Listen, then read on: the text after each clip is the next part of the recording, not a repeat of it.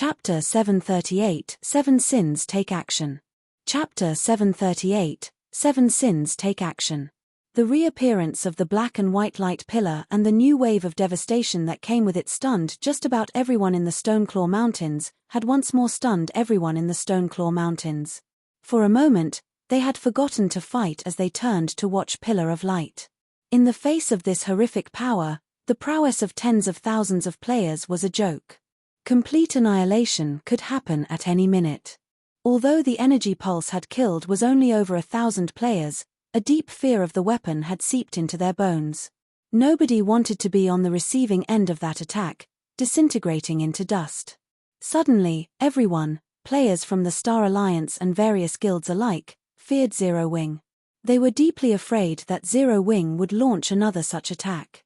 After the energy pulse first appeared, they consoled themselves that it was impossible to use such an attack twice. However, that consolation vanished after the second energy pulse. Players would lose one level when they died. However, losing a level in the 30s would require several days to recover. At the thought of losing their lives to a single attack, the Star Alliance and its allies began to move cautiously. The various troops reigned in their bloodlust. After all, if they attracted too much attention, Armageddon could come knocking on their doors next. In contrast, Ouroboros and Zero Wing's morale flourished, the members of both guilds passionately launching their counterattacks. One side held back with caution, while the other side forged on with guns blazing. The battle's outcome was obvious. Damn it. Just where did Black Flame get that thing? Galaxy Past scowled. That energy pulse attack was simply too much of a threat to the Star Alliance. If they did not deal with it quickly, they would certainly lose this war. Losing this war would be a fatal blow to the guild. The loss of EXP and equipment was a secondary concern. Most importantly, the Star Alliance's prestige as a first-rate guild would vanish. Not only had the Star Alliance challenged an upstart guild like Zero Wing, but it even lost miserably.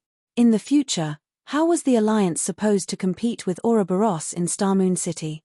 Meanwhile, if Zero Wing won this war, not only would it gain more prestige, but the guild would also see a flood of players trying to join, which, in turn, would allow the guild's strength to grow. Just how was the Star Alliance supposed to capture Stone Forest Town? Red Feather, lead the main army and annihilate Black Flame. We cannot allow him to fire that thing again. After considering his options, Galaxy Past did not believe that they could allow Zero Wing to occupy that mountain any longer. With the mountain's vantage point, Zero Wing could fire that energy pulse anywhere on the battlefield they wanted. If they could evict Zero Wing quickly, then the threat of mass destruction would lessen. Hence, it was imperative that they remove Zero Wing from the mountain. As for Zero Wing's elite army, it was no longer important. Rest assured, guild leader. I'll lead a unit to annihilate Black Flame. Red Feather understood the importance of his task. Moreover, this was the perfect chance to avenge the humiliation he had previously suffered.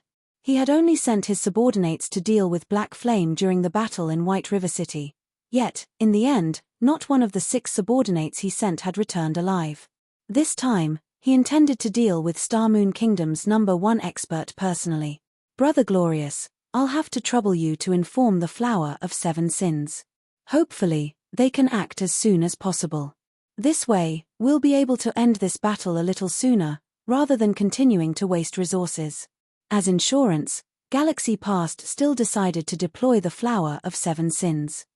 Exemplary Willow had intended to force Black Flame to taste despair. Hence, she had ordered them to wipe out Zero Wing's elites before hunting Black Flame and Zero Wing's upper echelons. However, that plan was no longer viable. That energy pulse was simply too much of a threat.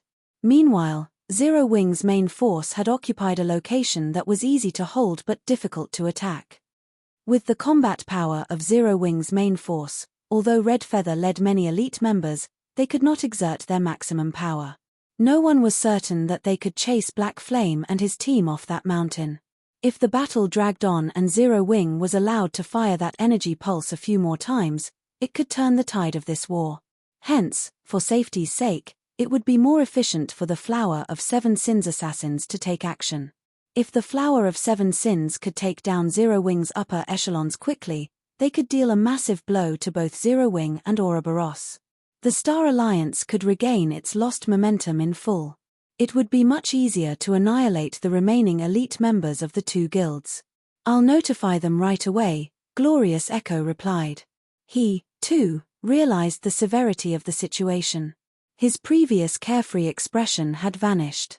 The war that had clearly been in their favor had suddenly taken a 180-degree turn. If they idled, this war would lose all meaning, even if they killed Zero Wing's upper echelons. Exemplary Willow wanted an overwhelming victory in addition to Black Flame's despair. If he told Exemplary Willow that they had won a Pyrrhic victory, the woman might even skin him alive. "Finally want us to join the fray?" a silver-robed man asked. This middle-aged man carried a black spear on his back and chuckled when he received Glorious Echo's call. "Yes. I hope you can finish the job as soon as possible." Glorious Echo nodded. "Relax. As long as we make a move, Black Flame's time in this world will be limited," the silver-robed man laughed. He then disconnected the call and looked to the others, saying, "Let's begin. Don't forget your targets. You are only allowed to attack someone else after your target is dead." Although they were all extremely powerful, top-tier experts, when dealing with this silver-robed man, they could not help but shiver as they nodded their heads respectfully. The Flower of Seven Sins was an organization where strength meant everything. The silver-robed man was stronger than every one of them. Hence, he had full command of this operation. Just as the Flower of Seven Sins assassins made their way towards Shifeng's peak, the secret pavilion's members, who had watched from afar, began to move. I had not expected Zero Wing to obtain such a strategic tool. It's no wonder why it grew from an upstart guild to its present power. If not for the Flower of Seven Sins, Zero Wing might really win this war. Yuan Taishin shuddered when he recalled the prior devastation. If Zero Wing could obtain several more tools, who could possibly stand up to it in the future? However, this event had reminded him of one thing. Wars in God's domain were not won just by relying on elite and expert players. Such strategic tools were similarly very important. While the Star Alliance mobilized a unit, approaching Shifeng's position, Shifeng used this time to fire the Mana Pulse Cannon a few more times, annihilating thousands of the Star Alliance's members. The Star Alliance's expert team, which faced the Dark God's Legion, also received a shot. The energy pulse had instantly disintegrated close to half of the expert team, alleviating the pressure on the Dark God's Legion. This situation had nearly caused the upper echelons of the Star Alliance and the various other guilds to faint. Guild leader, as expected, they're approaching. Should we have the nearby elite legion head our way and assist us?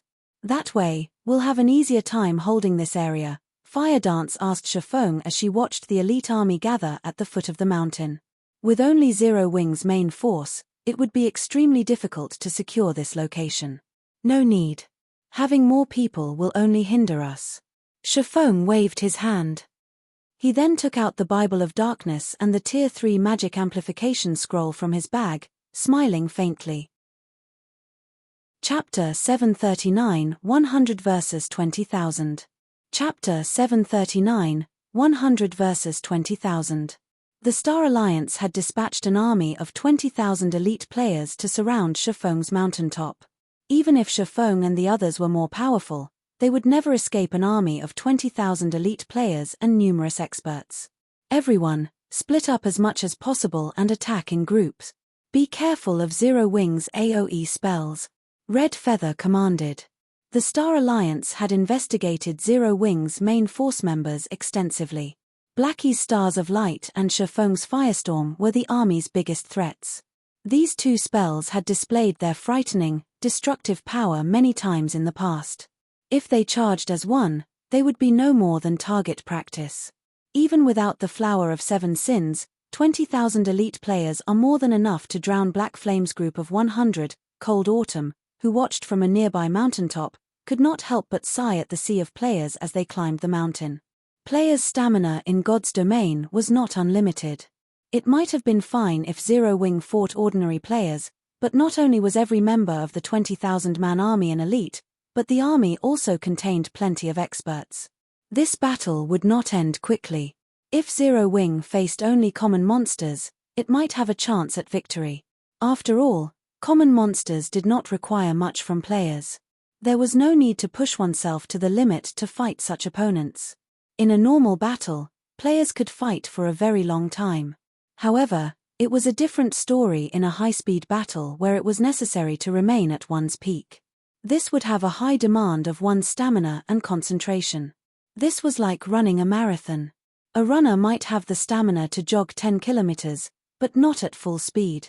It'd be a miracle if an experienced runner could run a full kilometer at full speed. It was the same concept with maintaining one's peak during combat. If they, the younger generation of the Secret Pavilion, were the ones to fight in this battle, let alone 20,000 players, even 10,000 players would be more than enough to drown them to death. They could only retreat if they wanted to survive. Choosing to fight would simply lead to their grave. The fact that the Star Alliance had dispatched 20,000 elites to entrap Black Flame and his team showed just how afraid the Alliance was of the swordsman. Ordinary top-tier experts would not warrant such treatment. Meanwhile, as the war raged, the official forums exploded with comments. Zero Wing is too amazing.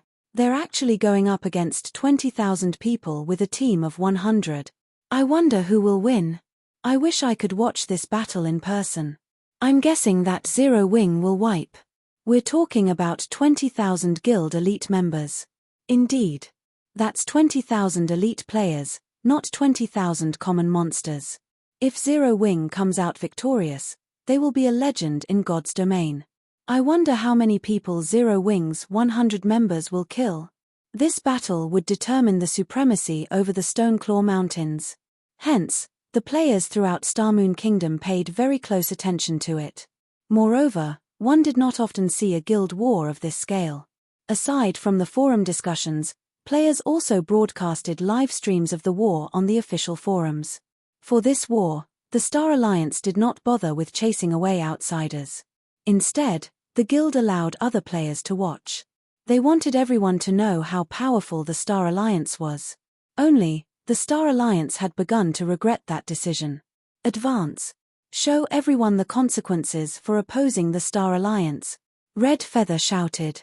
Suddenly, the army of 20,000 elite players ascended the mountain, leaving no gaps for Zero Wing to escape through. They intended to wipe out Black Flame and his team. When the Star Alliance's army was halfway up the mountain, a black figure suddenly appeared in midair. Whenever the figure flapped its pitch-black wings, it generated powerful winds. Why is a demon here? Everyone from the Star Alliance turned to look at the figure. Battle Demon, Demon. Level 55. HP 11 000 000 11 000. While everyone was caught in a daze, the battle demon lifted its twin blood-red war axes and swooped down into the crowd. Swinging its weapons, the battle demon created a storm that sent all players within a radius of 15 yards flying into the air, the countless wind blades ending their lives. Once the violent storm ended, hundreds of pieces of equipment fell from the sky. Everyone involuntarily shuddered.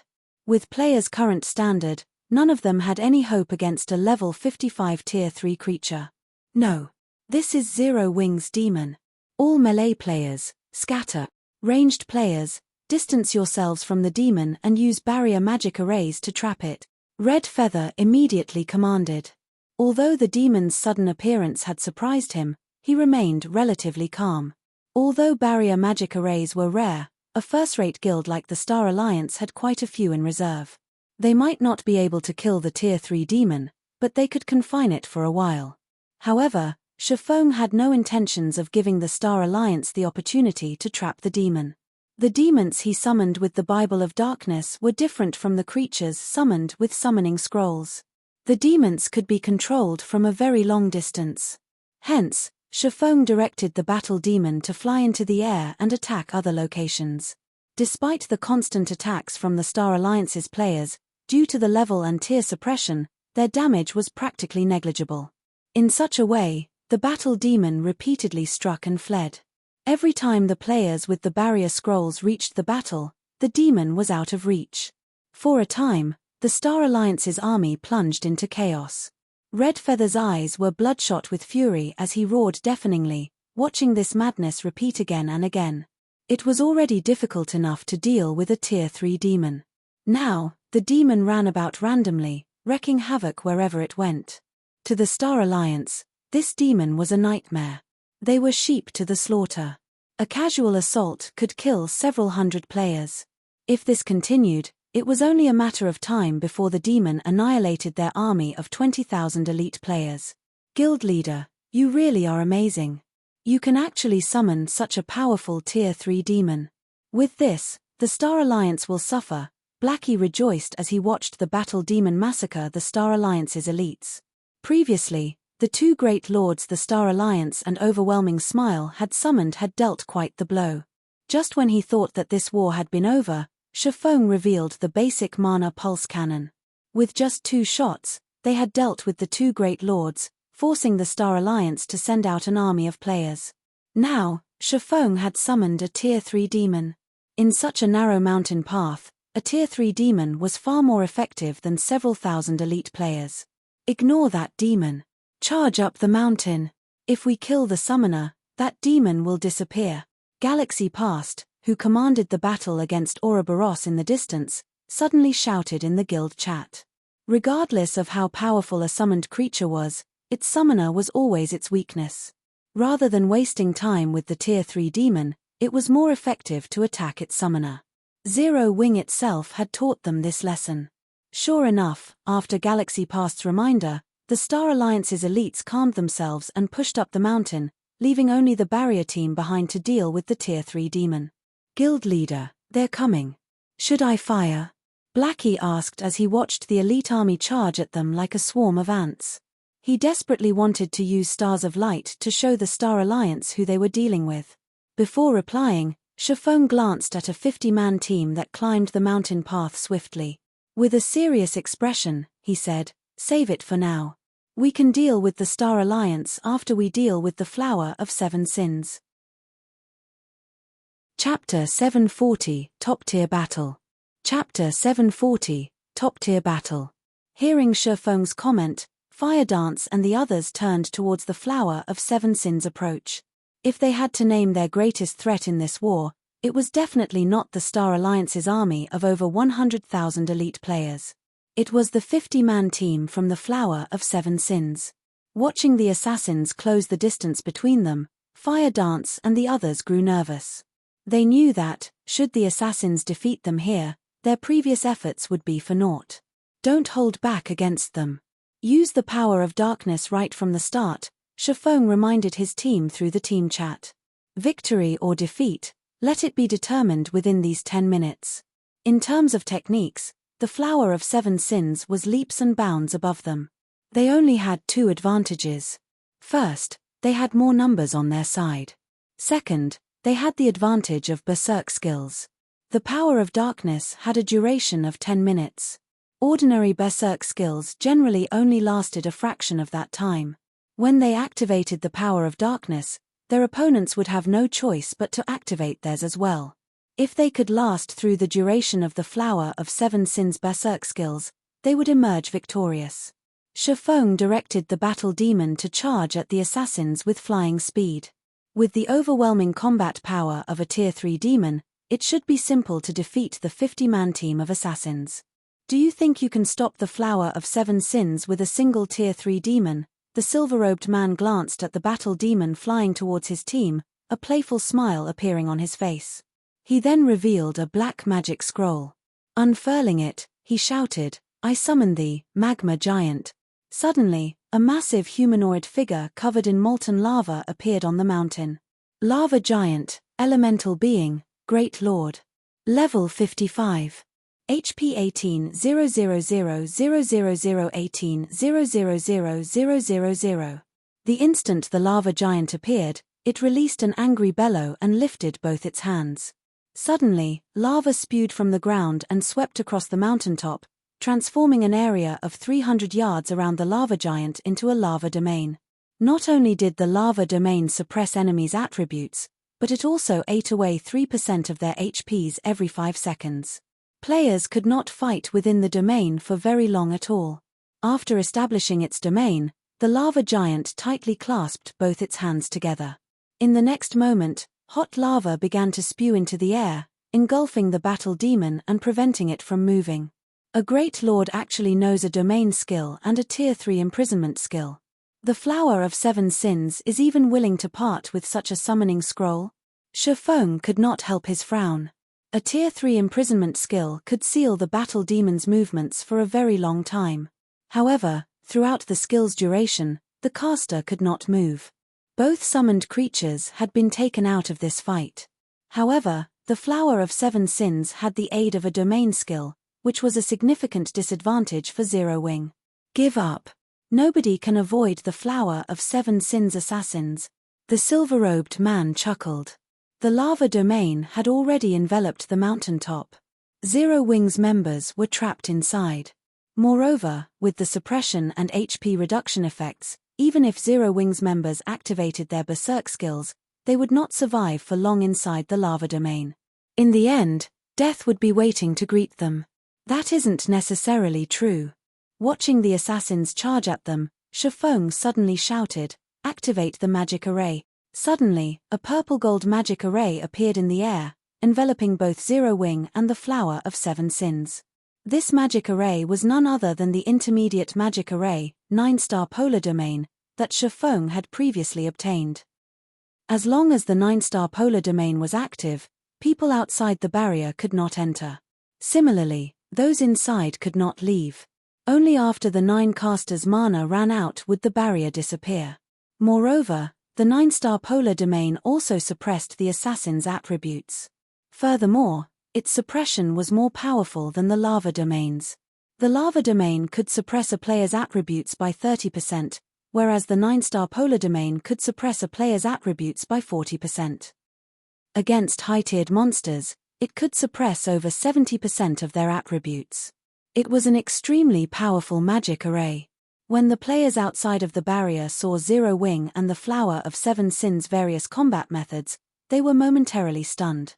Very good. At least things are getting a little interesting now. The silver-robed man could not help but laugh. Let's see which one of us will last until the very end. Saying so, the members of the Flower of Seven Sins activated their berserk skills. Although they suffered a more powerful suppression, the lava domain would chip away at Zero Wing's HPs. If they dragged on the battle, they could win easily. Meanwhile, Zero Wing's side similarly activated the power of darkness. Suddenly, both sides' attributes soared, their combat powers reaching greater heights than before.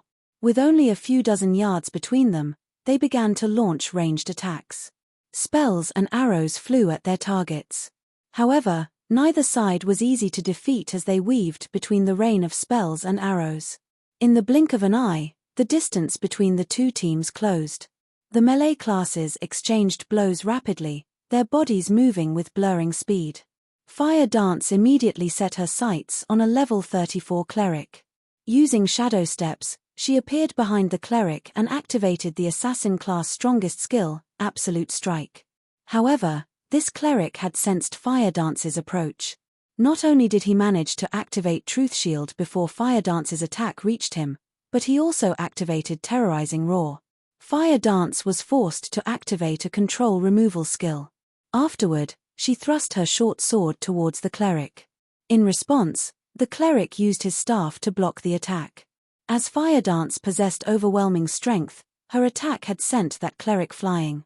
However, the cleric took the opportunity to put some distance between them. Unfortunately, Fire Dance's damage only shattered the cleric's truth shield. The cleric remained unharmed. Just as Fire Dance thought of chasing after the cleric, she felt an intensely dense killing intent from behind her. Hurriedly, Fire Dance used wind steps. Dang! Without her notice, a dagger struck her back. Fortunately, Fire Dance had activated wind steps in time, the 1-second invulnerability nullifying the attack.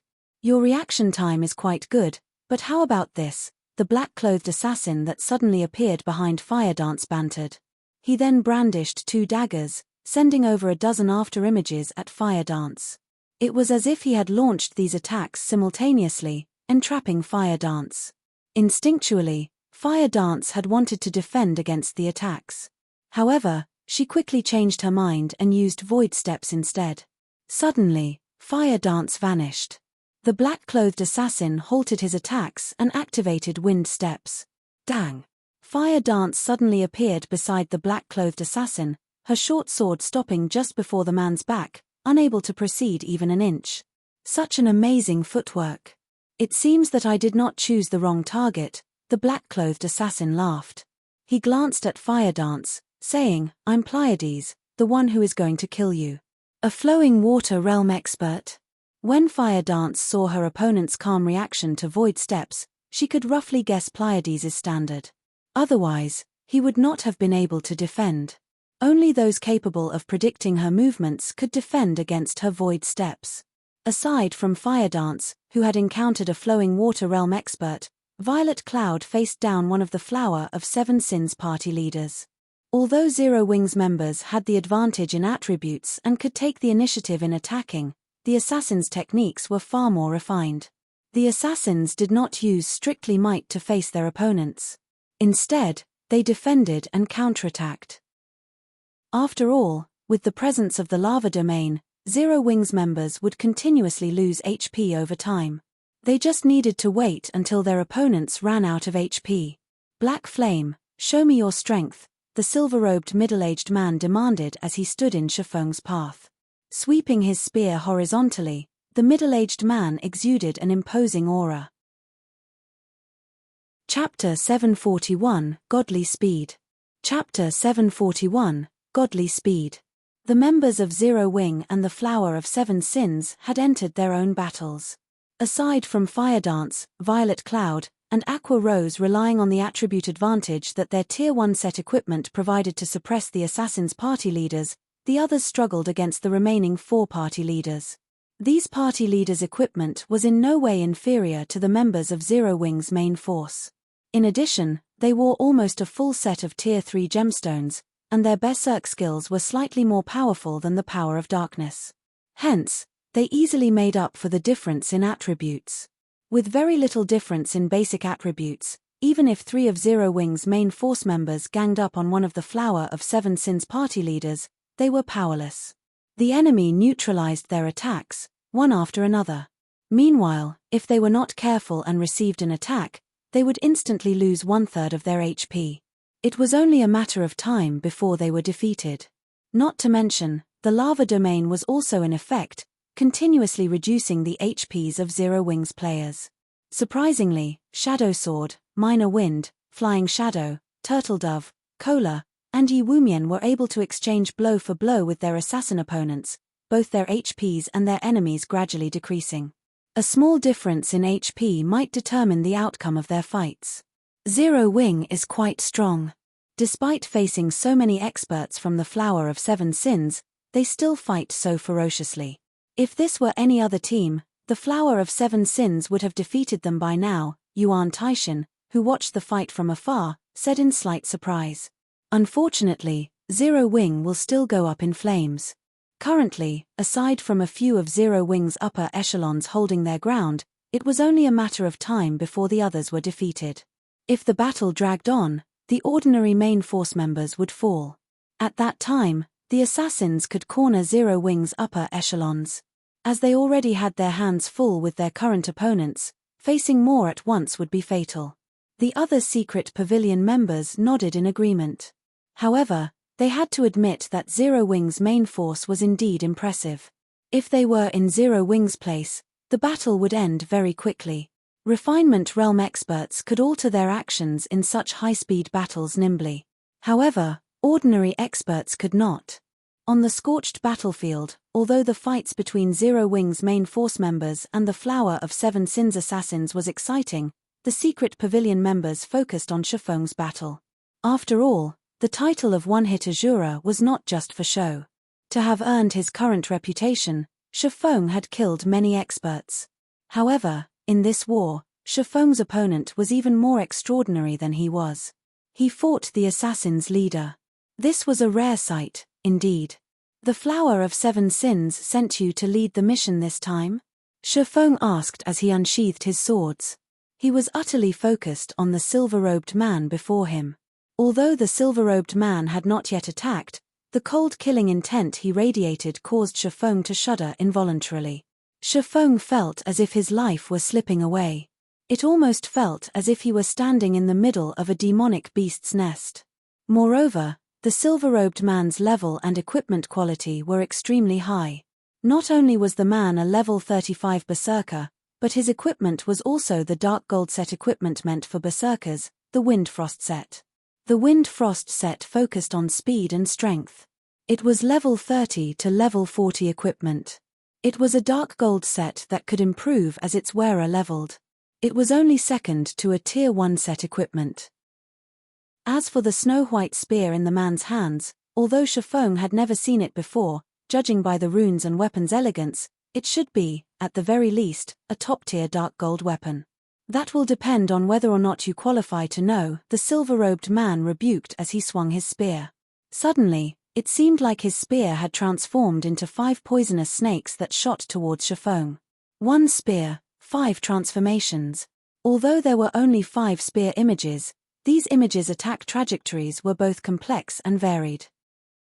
Even the middle-aged man could not predict the attacks, not to mention the attack trajectories. Seeing this, Shifeng abruptly retreated. Dang! Dang! Sparks scattered between the swordsman and the berserker. Such quick spearmanship. Shifeng could not help his surprise. Despite retreating as soon as he had noticed the attacks, the 5 spear images had appeared before him instantly. By the time he had reacted, although he had deflected 2 of the spear images with his swords, it had been too late to block the other 3 spears. He had no choice but to activate Defensive Blade to block the spears. Otherwise, with his attributes after activating the power of darkness, although the remaining spear images would not kill him instantly, they would destroy 1/3 of his HP. Due to the previous clash, Shifeng had gained a general understanding of just how powerful the silver-robed man was. Hence, he could predict the man's damage. You actually avoided my 1 spear, 5 transformations. You are worthy for me to take you seriously. The silver-robed man smiled. Suddenly, he launched another attack. This time, 6 spear images flew towards Shifeng. This attack was also much faster than the last. By the time Shifeng could react, the 6 spear images appeared before him. Despite having taken precautions, 3 of the 6 images struck Shifeng. Fortunately, Defensive Blade blocked the other 3. How are his attacks so fast? Shifeng could not help his surprise as he glanced at his opponent's spear. He had clearly predicted the man's general targets, yet, by the time he had defended himself, the 6 spear images had arrived before him. It almost seemed as if the images had teleported. Despite predicting the trajectory of the attacks, his body could not keep up with the assassin's speed. This was the first time Shifeng had encountered such a situation. Logically, he should be much faster than the silver-robed man, yet, the man's spear moved as if it had instantaneous movement. Even if he were faster, he could not keep up with the silver-robed man's spear attacks. With no other choice, Shifeng used Abyssal Bind. The 4-second binding gave him plenty of time to kill the silver-robed man several times over. However, as soon as the pitch-black chains emerged from the ground, the silver-robed man activated War God's Radiance, a dazzling light shining from his body as he became immune to all control effects. Immediately after, 6 more spear images appeared before Shifeng, striking him. This time, Defensive Blade's block count was exhausted. The secret pavilion members watching from afar were dumbfounded. The silver-robed man's spear strikes were simply too fast. The attacks had completely surpassed the speed defined by the system. How could anyone dodge such attacks? How are that man's attacks so fast? Despite being the top genius of the secret pavilion's new generation, Cold Autumn was shocked as he watched the fierce battle. If he had to block the silver-robed man's attacks, he, most likely, would have died immediately after the battle had begun. Only Black Flame, with his lightning-fast swordsmanship, was barely capable of defending against 2 or 3 of those spear strikes. Anyone else would have died multiple times by now. Autumn, now you understand why I brought you all here to watch this battle, right? Yuan Taishin asked, chuckling. The Apex experts you know of are only figureheads. This is a true Apex expert of the virtual gaming world. However, Black Flame's performance is just as impressive. 1 spear, 6 transformations is that man's specialty technique. Countless well-known experts have died against this move. I can count the number of experts who can block 2 or 3 strikes while in the flowing water realm on one hand. Now that Black Flame has used up all his life-saving skills, this fight should end very quickly. The silver-robed man executed 1 spear, 6 transformations once more. However, Shifeng suddenly closed his eyes. He saw nothing as he allowed the assassin to attack. Could he have given up already? The sudden development shocked the onlookers. With the spear moving so fast, if Shifeng did not rely on his sight to predict the silver-robed man's actions, how could he defend against the spear attacks? It seems the fight is over, Cold Autumn said, shaking his head. The 6 spear images pierced Shifeng's body. However, the instant the 6 spear images shot through Shifeng's body, another Shifeng appeared beside the silver-robed man. This other Shifeng swung down his abyssal blade. Dang! The clear ring of metal clashing with metal resounded throughout the battlefield. The silver-robed man was forced to retreat 3 steps before stabilizing himself. You actually dodged all of them. Shock appeared on the silver-robed man's face as he stared at the unharmed Shifeng with disbelief. Chapter 742, Deciding Strike. Chapter 742, Deciding Strike. Shifeng's sudden evasion of the silver-robed man's 1 spear, 6 transformations left the secret pavilion members speechless. How did he do it? Cold Autumn's eyes widened as he stared at Shifeng, who still had his eyes closed. Shifeng had avoided that godlike spearmanship, which had been impossible to dodge with open eyes, with his eyes closed. This was simply inconceivable. Yuan Taishan was similarly stunned. Black Flame really is surprising. I had never imagined he would see through Sky's 1 spear, 6 transformations so quickly, Yuan Taishan exclaimed.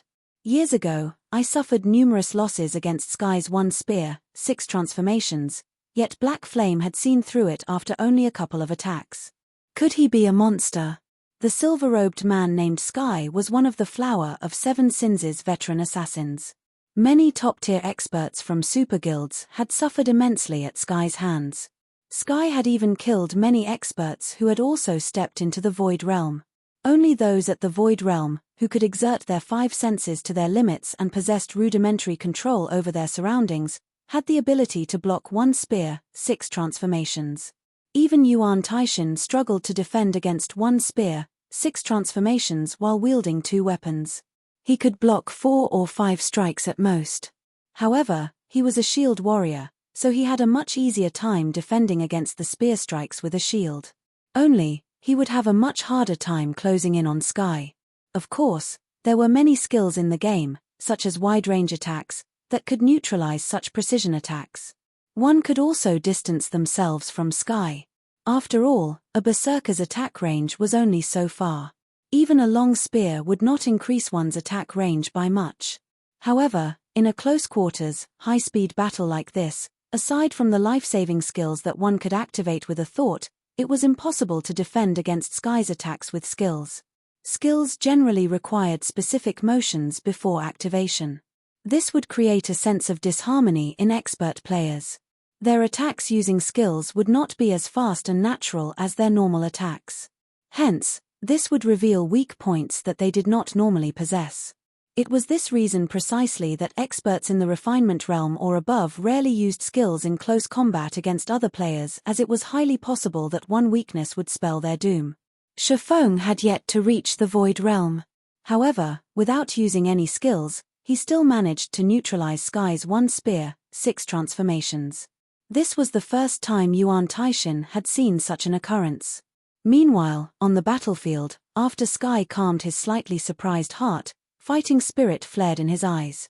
He began to execute 1 spear, 6 transformations once more. Sky executed his specialty technique numerous times in succession.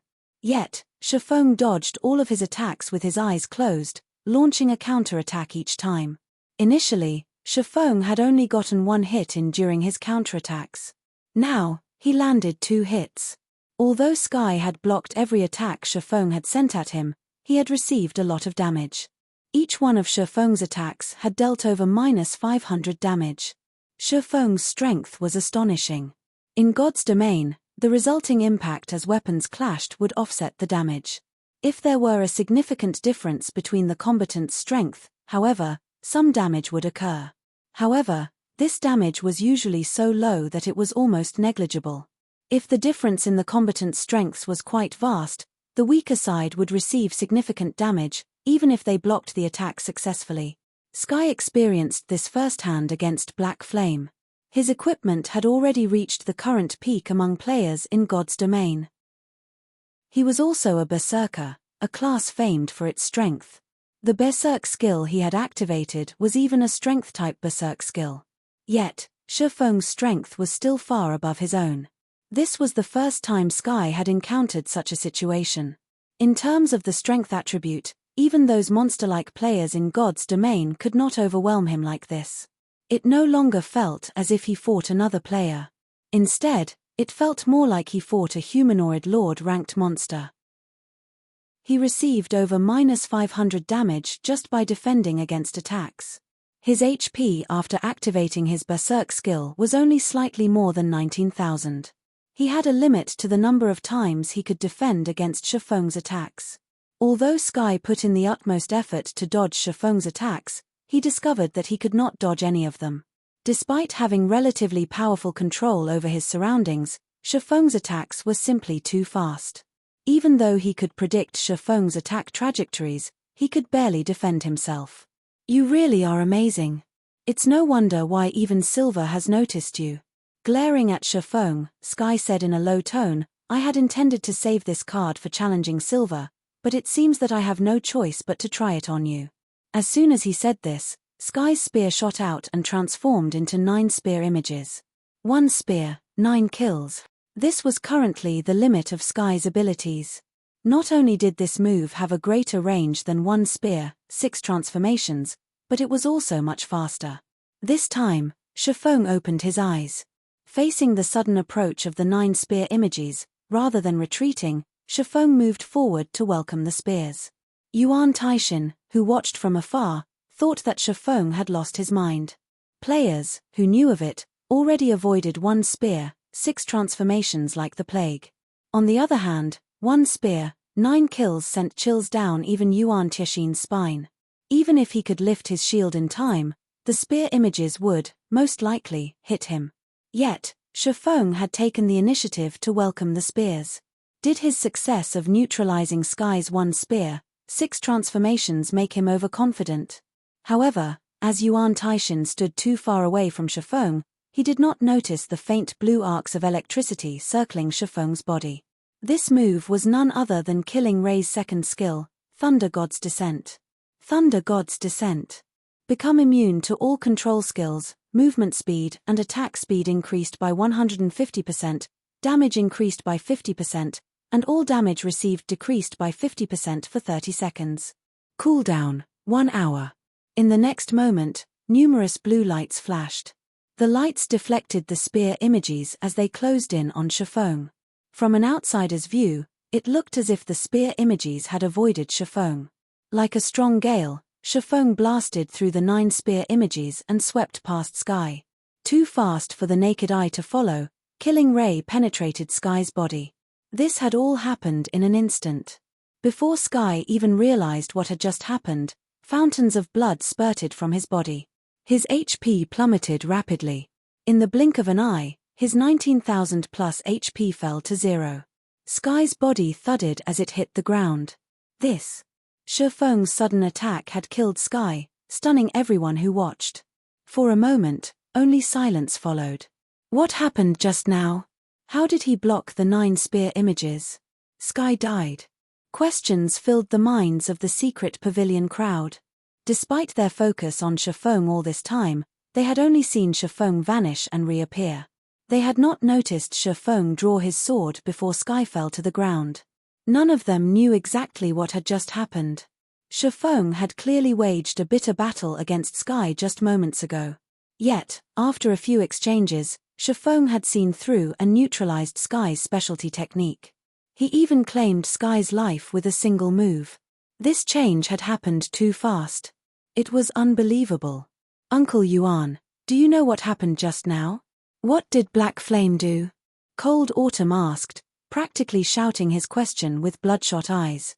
However, standing beside him, Yuan Tianxin's were just as wide, containing his own confusion. Chapter 743, 7 Sins Defeat. Chapter 743, 7 Sins Defeat. In Yuan Tianxin's eyes, although Shifeng was certainly strong, he was still no match for him. However, the swordsman's sudden performance had truly dumbfounded him.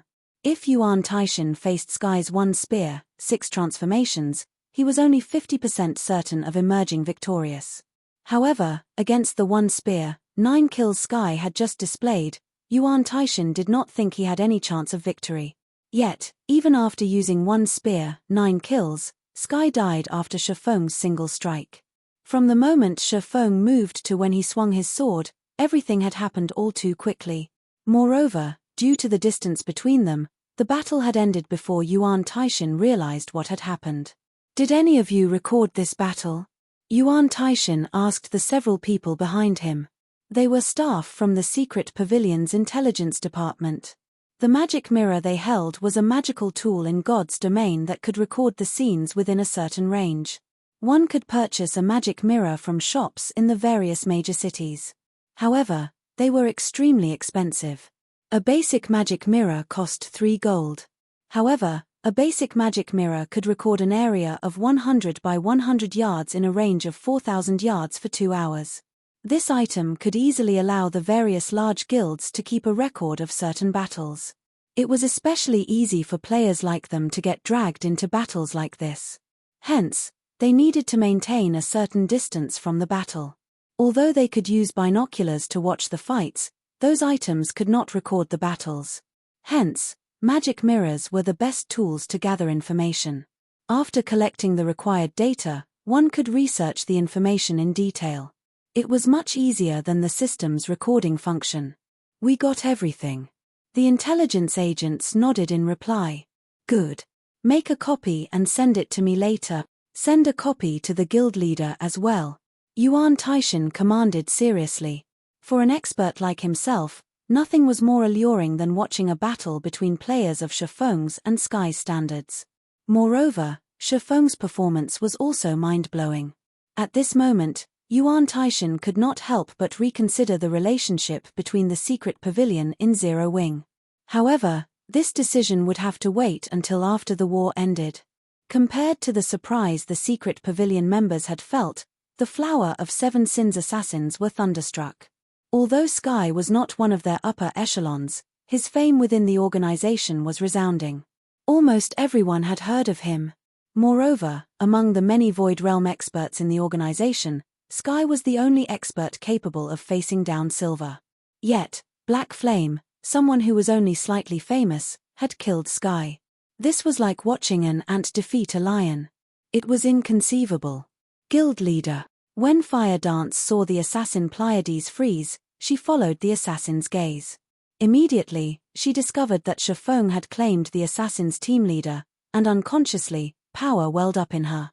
Fire Dance wasn't the only one to react this way. Everyone from Zero Wing's main force also felt power flow into their bodies when they saw the berserker on the ground. Although Zero Wing's main force had lost over a dozen members, this one death had far more of an impact than killing 3 or 4 of the Flower of 7 Sins party leaders.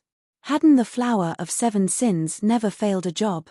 In the end, hadn't their strongest team leader still died under their guild leader's sword? Sky's death also caused the lava giant to disappear. Without the lava giant, the lava domain vanished as well. In the blink of an eye, the suppression on everyone from Zero Wing lifted, their attributes abruptly soaring. On the other hand, the 9-star polar domain still suppressed the Flower of 7 Sins assassins. Damn it! Sky actually died so quickly. Pleiades frowned as he turned to Fire Dance, whose attributes had been restored. He lost his prior composure. Initially, Fire Dance already had higher attributes than he did. He had only kept up with Fire Dance's attacks by relying on his accurate judgment. Now that Fire Dance had recovered her attributes while he was still hampered, dodging and blocking the woman's attacks became far more difficult. Whether it was Pleiades or the other members of the Flower of 7 Sins, They all had grimaced as they fought. "Didn't you enjoy beating me up just now?" Shadow Sword, who had less than half of his HP remaining, said as he smirked at a refinement realm level 34 Guardian Knight. His lips curling into a smile, Shadow Sword said, "It's my turn now." Saying so, Shadow Sword swung the blue fire double-edged sword violently and executed Whirlwind Slash. He was not the slightest bit afraid of revealing any weak points. Against absolute strength and speed, despite the level 34 Guardian Knight using his shield to defend against Shadow Sword's Whirlwind Slash, the impact forced him to retreat 6 steps, a damage of over -800 points appearing above his head. For a second there, he had nearly lost his balance. Shadow Sword immediately followed up with a series of violent slashes. Facing Shadow Sword's rapid barrage, the Guardian Knight had no choice but to raise his shield and defend himself. However, every time Shadow Sword struck his shield, he received over -200 damage, his body forced to retreat one step after another. He had no chances to counterattack. On Violet Cloud's side, the Astromancer was finally able to apply leverage. Activating Star's guidance, she sent the level 34 Berserker party leader, who chased after her, flying. Immediately after, she attacked with her mana balls. 30 mana balls appeared in the air around them. Although this attack was not as strong as the 36 mana balls she could summon after drinking the 100-berry wine, Violet Cloud was able to control the 30 mana balls with much greater precision. Moreover, due to her recovered attributes, the force her mana balls contained had also increased significantly. The Berserker party leader required his full might to block every mana ball. Otherwise, the balls would knock him back and reveal even more weak points. However, against the overwhelming power of the 30 mana balls, the Berserker party leader occasionally missed 2 or 3 mana balls, receiving around -500 to -600 damage. Without the suppression of Zero Wing's attributes, the battle immediately turned to Zero Wing's favor, whereas the Flower of Seven Sins were at a complete disadvantage. After killing Sky, Shifeng did not stop to pick up the loot the Berserker had dropped. Instead, he turned around and dashed for the Seven Sins party leader that posed the greatest threat to Zero Wing. These party leaders were all experts in the flowing water realm. Even if Zero Wing's main force members recovered their attributes, the party leaders were still a major threat. After Shifeng's attributes recovered, due to Thunder God's Descent still being active, he became much faster. Although he was not as fast as when he had killed Sky, his speed was more than enough to deal with the Seven Sins party leaders. After appearing behind one of the party leaders, Shifeng executed Chop with his killing ray. A streak of blue light flashed. -15,485. A bloody mark appeared on the Shield Warrior party leader. Only at this moment did the Shield Warrior's shield appear in Shifeng's trajectory. The Shield Warrior was slower than Shifeng's by a massive margin. Suddenly, the party leader, who had roughly 11,000 HP remaining, fell to the ground. Observers were, once again, rendered speechless. Shifeng's attack was simply too fast. Watching from afar, they had only seen a flash of blue light. They had not even seen his sword's afterimage before it struck his opponent. Just how was someone supposed to defend against such an attack? After just a short moment, 4 of the 7 Flower of Seven Sins party leaders had died at Shifeng's hands. Fire Dance, Violet Cloud, and Aqua Rose took care of the last 3. In the end, Zero Wing had annihilated the assassins from the Flower of Seven Sins. Chapter 744, Star Alliance's Defeat. Chapter 744, Star Alliance's Defeat. As the Flower of Seven Sins came to an end, everyone watching from afar was dumbfounded. It was especially true for the Star Alliance's upper echelons. People in their position were very aware of how terrifying the Flower of Seven Sins was. The Flower of Seven Sins was an organization that had killed the upper echelons of superguilds countless times, invoking the superguild's wrath. However, none of those guilds could do anything to the assassin organization. Until this day, the Flower of Seven Sins had never failed a job. Yet, now, this legend shattered. The most incredulous aspect was that it had been an upstart guild that broke the legend. How can this be? Red Feather's eyes widened, and he clenched his fists as he stared at the corpses of the 7 sins scattered across the ground. The Flower of 7 Sins had been their final trump card against Zero Wing. Now that the assassins had been wiped out, how were they supposed to deal with Zero Wing's upper echelons? Any expert could take advantage of the narrow terrain to exert their strength, not to mention Black Flame, who could instant kill the Flower of 7 Sins team leader. With Black Flame's strength, he could slaughter elite players without wasting much stamina. He only needed one hit for each kill. If they relied on Zerg tactics to kill Black Flame, just how many elite players would they need to sacrifice? Not to mention, the Tier 3 demon was still alive and kicking. It was practically impossible to annihilate Zero Wing's main force here with just 20,000 elite players. Guild leader, the Flower of 7 Sins members have been wiped out. What should we do now? Unsure himself, Red Feather quickly decided to report to Galaxy Past. What? Galaxy Past was momentarily stunned when he received the news. For a second, he even thought Red Feather was joking. However, Red Feather would never joke so distastefully in such a dire situation like this. His expression turning serious, Galaxy Past asked, "How many people does Zero Wing have left? Is Black Flame dead?" The Flower of 7 Sins' strength was absolute. Even if Zero Wing's main force were impressive, they would not walk away unharmed. If Zero Wing's main force had suffered severe casualties, then they could rely on their elite army to swarm their remaining enemies. Without any commanders, Zero Wing's army would into disarray and morale would drop sharply. It would be significantly easier to take out Zero Wing's elite army without its leaders. They have 76 people remaining. Black Flame is still alive, Red Feather hurriedly reported after glancing at Zero Wing's members, who were still within the magic array. Galaxy Past's surprise escalated. Are you sure? Galaxy Past asked once more. The Flower of 7 Sins had dispatched 50 of its top-tier assassins. Every one of these assassins was an expert that struck fear into one's heart. Even Galaxy Past himself was not sure that he could escape should any one of these experts come for his life. How was it possible that this team of assassins had only claimed slightly over 20 Zero Wing lives? Galaxy Past had a very clear understanding of the strength of Zero Wing's main force. Aside from the few, very strong upper echelons, most of them were subpar. Galaxy Past was even confident he could face several of them at once. Guild leader, how could I mistake something like this? For a time, even Red Feather was at a loss. Hurriedly, he said, all of Zero Wing's upper echelons are still alive. Only a few core members died.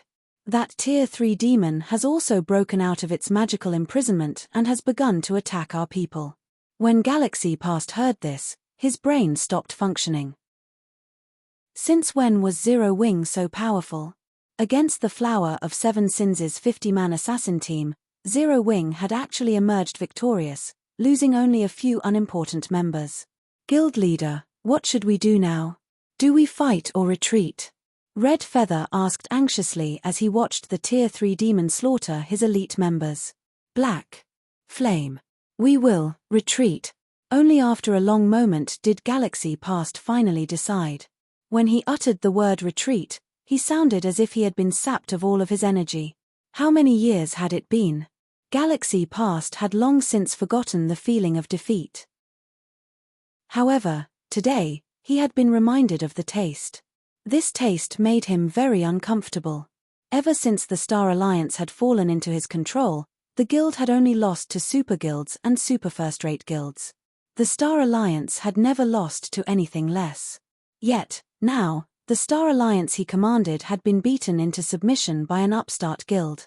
This blow was many times more humiliating than suffering defeat at the hands of those super guilds. A Tier 3 demon was the equivalent of a great lord. Galaxy Past knew the strength of a great lord quite well. Otherwise, he would not have paid such a large price to purchase a Tier 3 summoning scroll from a super guild. At this stage of a game, having a great lord on one side could reduce one's losses significantly while dealing a devastating blow to the enemy. With 2 Tier 3 summoning scrolls, they thought they had this war in the bag.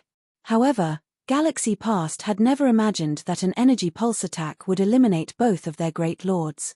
They had no way to deal with a Tier 3 demon.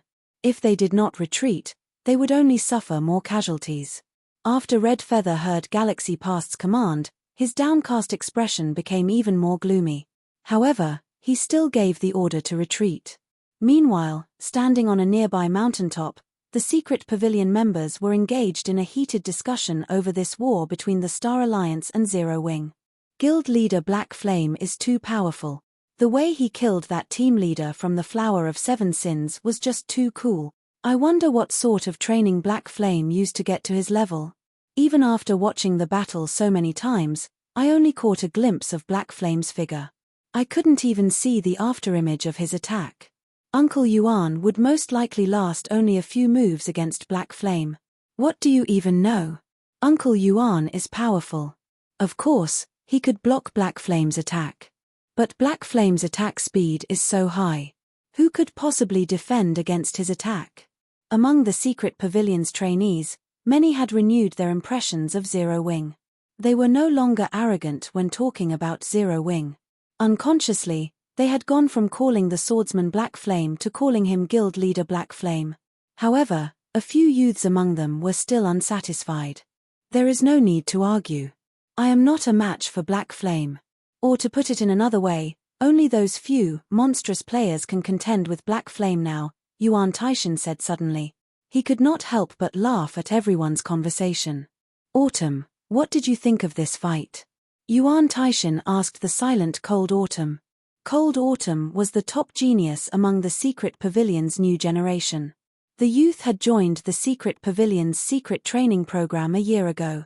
He was only 17 years old, yet he had already become the pavilion's star pupil. He had already reached the half-step refinement realm and was only a thread away from truly entering the refinement realm. He could break through at any time. Initially, Yuan Taishan had brought Cold Autumn and the other trainees here to teach them not to be too arrogant, showing them that there were many experts in the virtual gaming world. He had also wanted to show them a true monster. Unfortunately, Silver had not made an appearance this time. However, their gains from watching the battle between Sky and Black Flame should be sufficient. Yuan Taishan had even hoped to see a confrontation between Black Flame and Silver. Just what kind of outcome would such a battle yield? Black Flame is very strong. With my current strength, I am no match for him, the prideful Cold Autumn admitted softly. However, I will continue to work hard. Sooner or later, I will surpass him. Ha ha ha. That's right. This is the sort of mindset you must possess. It seems that this trip here has not been a waste at all. Yuan Taishan nodded with satisfaction. Suddenly, he heard the ring of his communicator, surprising him. After all, this was a call from none other than the secret pavilion's guild leader. Chapter 745 Eternally Remembered Strike. Chapter 745 Eternally Remembered Strike. Underscore. After Red Feather gave the order, the elite army the Star Alliance had sent to deal with Zero Wing's main force retreated, leaving behind only a small squadron to deal with the battle demon. The elite legions of the Star Alliance and the various large guilds, which fought elsewhere on the battlefield, also began to retreat, preparing to leave the Stoneclaw Mountains. It's too late to retreat now. Shi Feng sneered as he swept his gaze across the fleeing Star Alliance army. Immediately, he sent a command through the guild chat, saying, "All elite legions, activate the 9-star polar domain magic array." There was why Shi Feng had previously split Zero Wing's army into 10 separate elite legions. The Stoneclaw Mountains' outer region was vast. However, there were only 10 paths that led to the dungeon's teleportation array.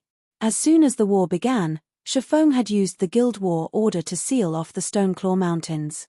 Any player within could not escape with a return scroll. The only way to leave the dungeon was by using the teleportation array. There were 2 methods of using magic arrays in God's domain. The first method used a magic array aggressively to suppress the enemy. The second use was defensive. Due to the unique characteristics of barrier magic arrays, once these magic arrays were activated, enemies trapped inside the barrier could not leave. Similarly, nobody would be able to enter the barrier unless they destroyed the magic array itself. However, it was not easy to destroy a magic array. A lot of time was required to do so. Attacks from outside the array would be weakened. Normally, it was much easier to destroy a magic array from inside. The 9-star polar domain was no exception. Hence, Shifeng had sent Zero Wings 10 elite legions to guard the 10 paths. When the elite legions activated their 9-star polar domain magic array, they would prevent the Star Alliance and other large guilds from leaving the Stoneclaw Mountains. They could then take the opportunity to gain more from this war. With Shifeng's command, the barrier parties mobilized, every one of them revealing the 9-star polar domain magic scroll they had held on to all this time. As the 90 players unfurled the magic scrolls in their hands, 10 massive magic arrays suddenly appeared above the battlefield, enveloping a large portion of the battlefield and sealing all exits out of the Stoneclaw Mountains.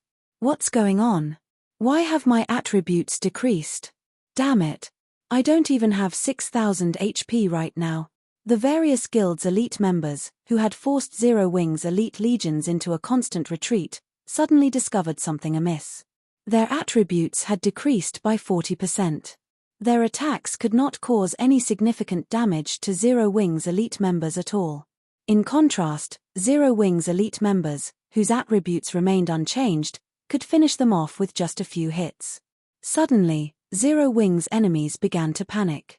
Although the players caught outside the magic array tried to help and constantly attacked the barrier with spells, the effect of their attacks were minimal. The magical class players maintaining the 9-star polar domain did not lose much mana from their attacks at all. It's our turn now. Seeing the various guilds panicking elites, Zero Wings elite members rushed forward to resolve the battle. Originally, they had needed roughly 4 or 5 attacks to defeat their enemies. Now, they only needed 2 or 3 hits to do so. On the other hand, their enemies now required roughly 8 or 9 hits to kill them. The battle was one-sided. Moreover, the 9-star polar domain magic array was like a knife at their throats. The magic arrays had cut off their retreat. Aqua used the mana pulse cannon to support the legions. Everyone else, guard the cannon and clean up the battlefield. After Shifeng issued his commands, he activated Wind Rider and flew down the mountain.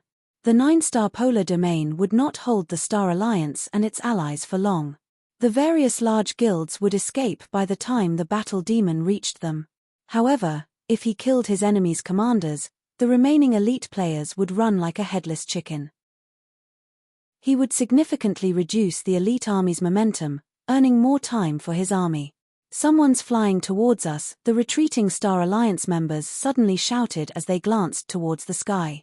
Everyone turned to see the flying figure. Black Flame. It's Black Flame. As the figure approached, the elites recognized Zero Wings guild leader. Charging at us alone? Do you really think the Star Alliance is that easy to bully? Red Feather also noticed Shifeng rapidly approach their army. He bellowed, "Ranged players, shoot him down. Anyone who kills Black Flame will be rewarded with a set of top-tier equipment, 500 gold, and a promotion to core member." A first-rate guild had many members. However, only a few could become core members. Without extremely powerful combat skills, becoming one of the guild's elites was generally their limit. Meanwhile, there was a qualitative difference between the treatment an elite member received and what the core members enjoyed.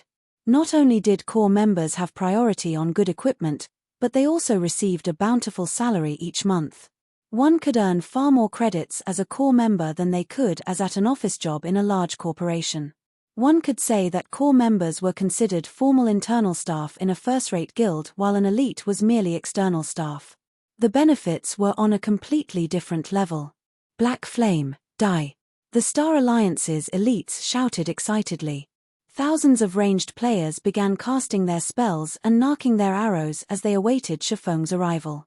As Shifeng grew closer to the elite army, spells and arrows began to fly towards him. However, with Wind Rider's speed increase, Shifeng had little trouble evading the spells and arrows. Moreover, as these elite players launched their attacks based on their predictions of Shifeng's movement, he only needed to fly out of range to avoid the attacks. Like this, Shifeng advanced effortlessly, weaving his way through the rain of spells and arrows. From afar, it seemed as if Shifeng danced amidst the countless spells and arrows. As a result of his frightening speed, Shifeng left behind one afterimage after another, confusing the Star Alliance's elites. None of them could follow Shifeng's movements. Seeing Shifeng approach, instead of being affected by Shifeng's frightening momentum, Red Feather sneered as he took out a crimson Tier 2 magic scroll from his bag. Black Flame. You're the one who will die today. Red Feather acknowledged that none of his own spells would land on the fast-moving Shifeng. However, the Tier 2 magic scroll he held was a different story. Tier 2 spell, Holy Spears of Flame. Suddenly, 36 flame spears appeared around Red Feather, the scorching fire increasing the surrounding temperature. Black Flame. Turn to ash. Red Feather waved his staff when he saw that there were only 30 yards left between him and Shifeng. The 36 flame spears transformed into streams of light as they shot towards Shifeng. The flame spears were much faster than Shifeng, taking only an instant to cross the 30 yards.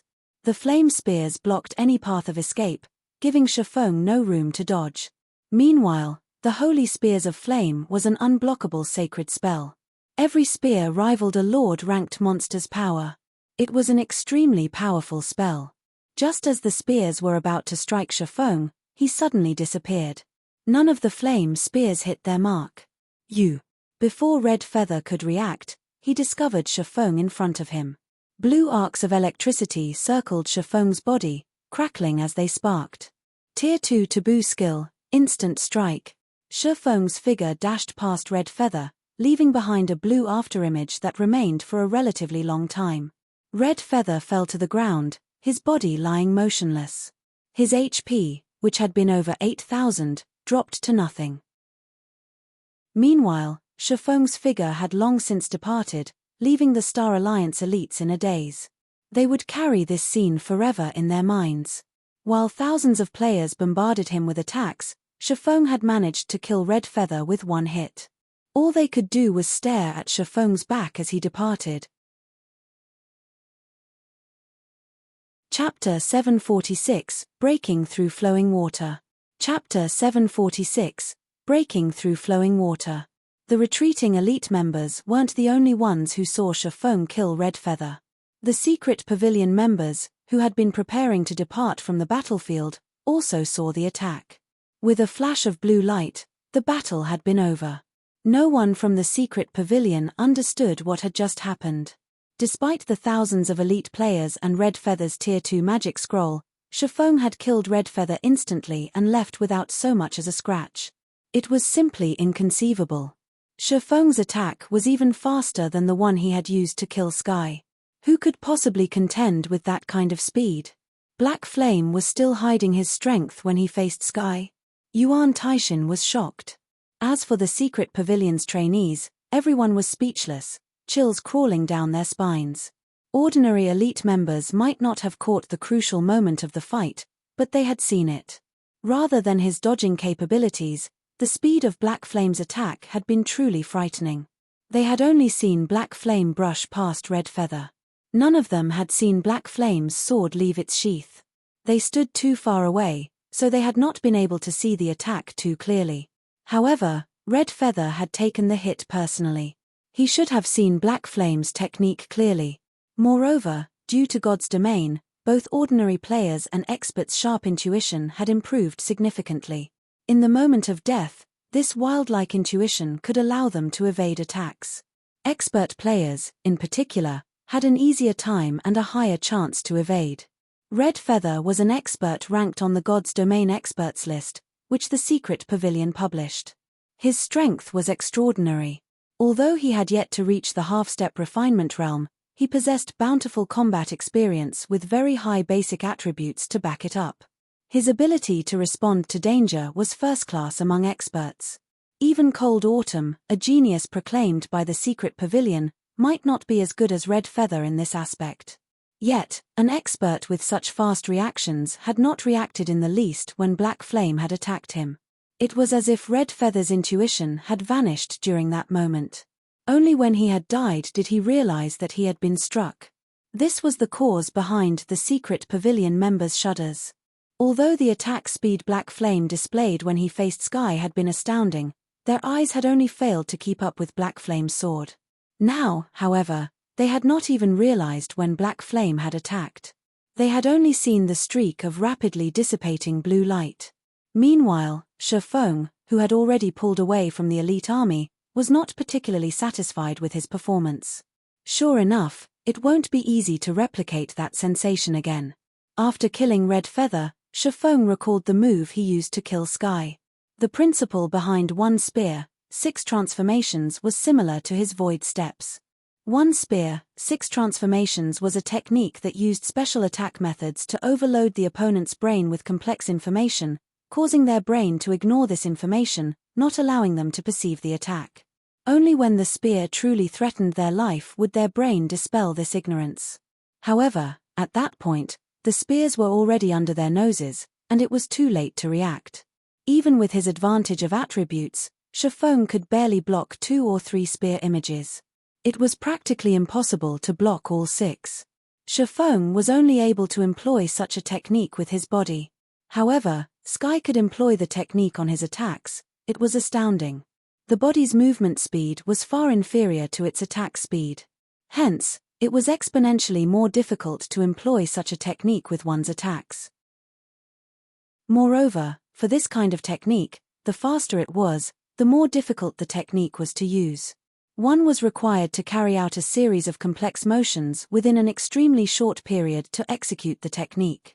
Only with overly complex information would the brain refuse to accept the image, choosing to ignore it. As someone who had a profound understanding of this technique, Shifeng had no choice but to close his eyes and shut out all visual information. Instead, he chose to rely on his other sensory organs, his wealth of combat experience, and his sharp intuition to dodge Sky's one spear, 6 transformations. With his absolute advantage regarding attributes, it was possible.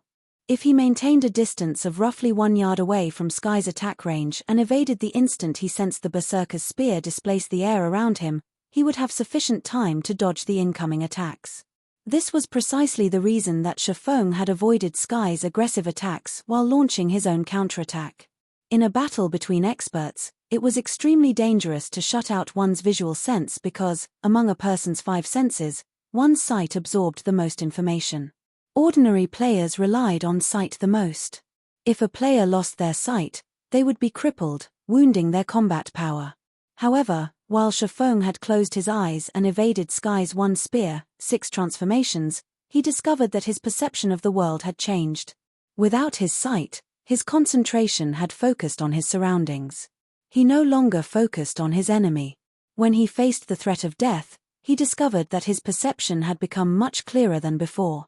Although he had not been able to see Sky's movements, he had sensed the spear's position, which allowed him to have an increasingly easy time to dodge the berserker's attacks. Finally, when Sky executed one spear, 9 kills, Shifeng realized what the Void Realm actually was. At that moment, it was as if his environment were a part of his body.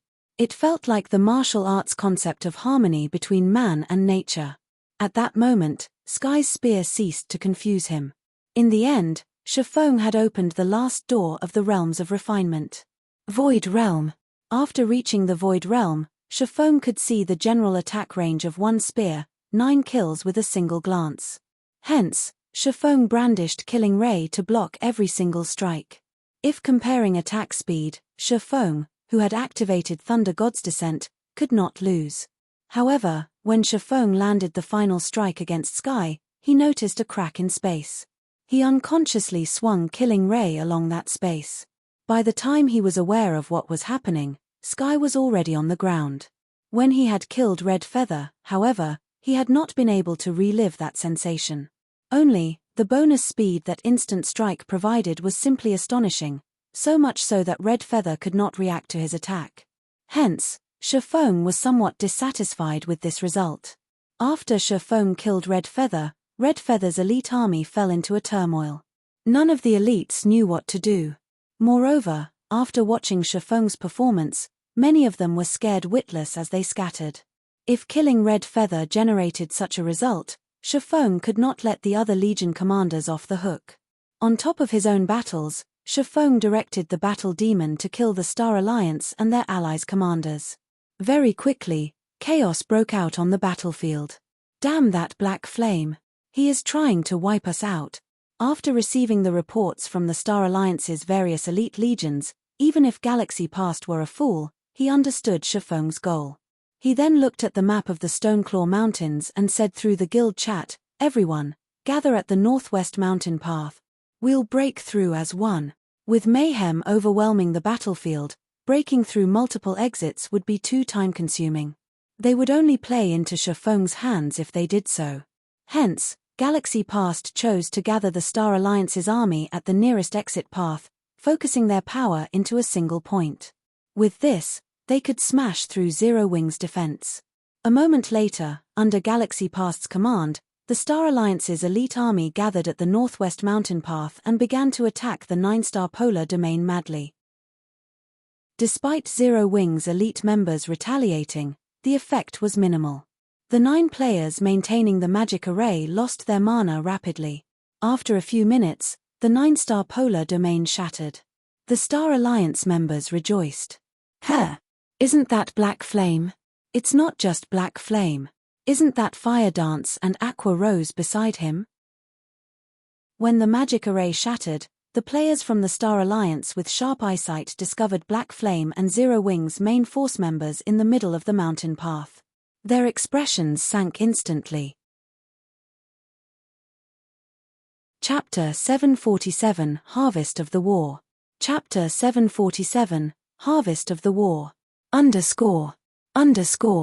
Everyone had seen for themselves what kind of powerhouse Shifeng was.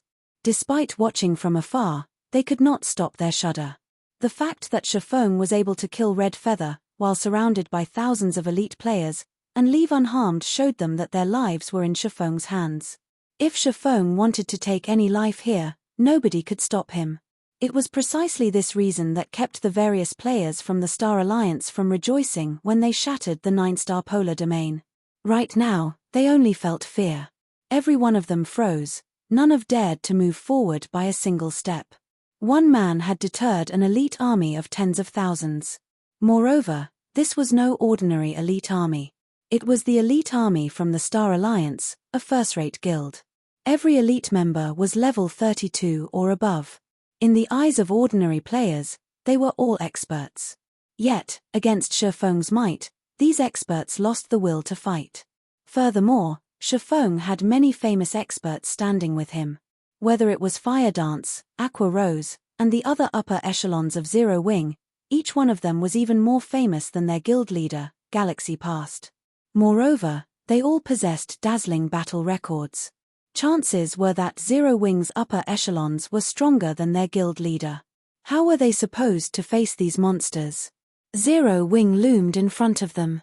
Behind them, Ouroboros waited. The Star Alliance army was stuck between a rock and a hard place. Zero Wing only has several hundred people guarding the exit. So what if Zero Wing's main force has joined the fray? Do they really think they can stop our 50,000-strong elite army? Galaxy Past suddenly shouted. "All of you, charge! Wipe them out!" Galaxy Past's words jerked everyone out of their daze.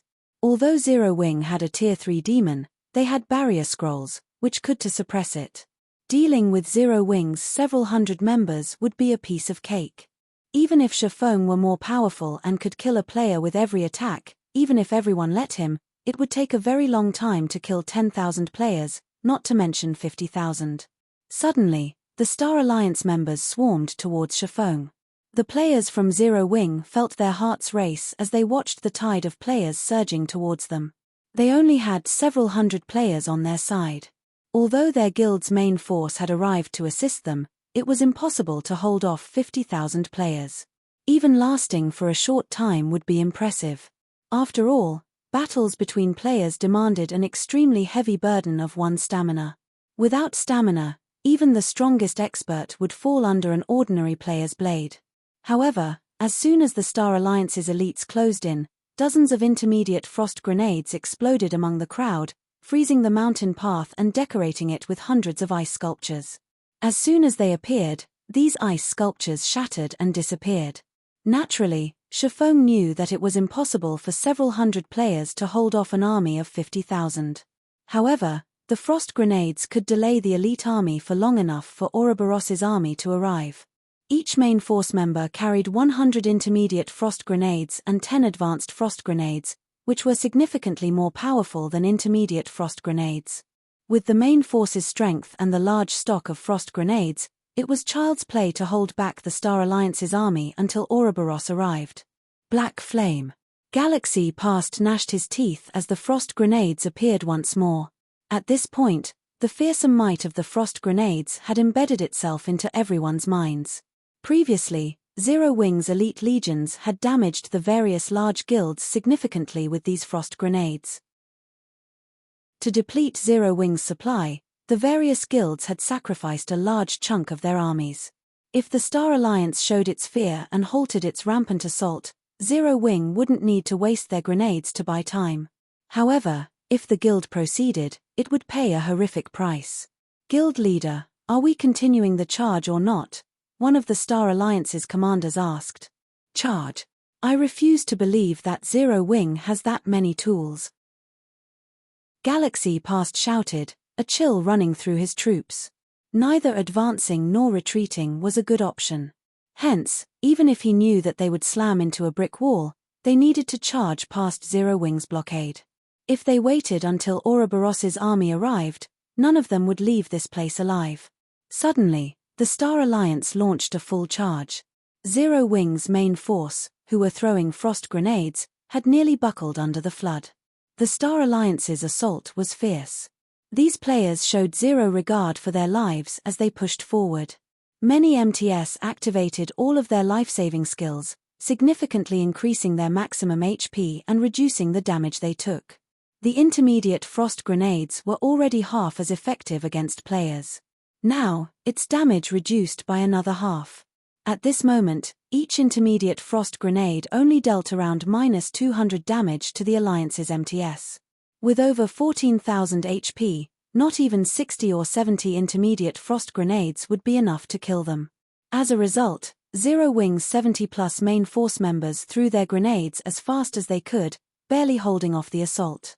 As Shifeng charged towards the Star Alliance's army, he upgraded the 7 Luminaries Ring's aura of fire to level 9. As a result, Shifeng's level fell from 38 to 37. However, the aura of Flame's activatable skill, Firestorm, instantly improved. Previously, the skill only inflicted 1000% damage within a range of 30 by 30 yards for 6 seconds and had a cooldown of 5 minutes. After its upgrade, it inflicted 1200% damage within a range of 45 by 45 yards for 6 seconds with a cooldown of 5 minutes. Although upgrading the skill by 2 levels did not increase its damage by much, the skill's range had increased by 1.5 times. The skill could now cover over half of the mountain path. Suddenly, an inferno roared in the middle of the mountain path, transforming the frozen land into a scorching hell. Even an MT who had activated all of their life-saving skills only lasted 2 seconds inside this inferno. 6 seconds later, the smoke cleared to reveal a large area empty of players but littered with weapons and equipment. The dropped items nearly formed a small mountain. The least valuable items were level 25 mysterious iron equipment. It was mainstream equipment for God's Domain players right now, and each piece could sell for at least 40 or 50 silver. Meanwhile, nearly 5,000 pieces of equipment decorated the ground. Most of it had dropped from players who died under the frost grenade assault. Converted to coins, the equipment was worth at least 2,500 gold. Meanwhile, this harvest had only required a brief moment of effort. Shifeng also collected plenty of immortal souls. Despite a limit of 10 yards, Shifeng still managed to collect several hundred immortal souls. If he collected 10,000 souls, he would qualify to establish his own city. A city was different from a town. A town's location was predetermined by the system. On the other hand, players could choose where they wished to build their city. Moreover, after capturing a town, one had to reconstruct the town from scratch, developing it into a city slowly. The time involved was long. On the other hand, the Shilin's quest would reward Shifeng with the qualifications to construct a city. Before him was the perfect chance to complete this quest. There were 2 conditions to collect immortal souls. The first condition was the limit of 10 yards. The second was the level limit. There could not be more than 5 levels between Shifeng and his prey. Currently, the Star Alliance's elites were at least level 32. Meanwhile, Shifeng was now level 37. It just so happened that he could absorb all of their immortal souls. If he missed this opportunity, he would not find one like it again. There weren't enough people before. Now that so many are here, I should get enough immortal souls. Shifeng could not help his smile as he looked towards the distant galaxy past. Retrieving a blue magic scroll from his bag, he activated Wind Rider and dashed towards the guild leader. Chapter 748, One Man's Strength.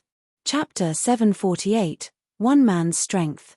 When the firestorm swept through the land, it turned the mountain path into a river of fire.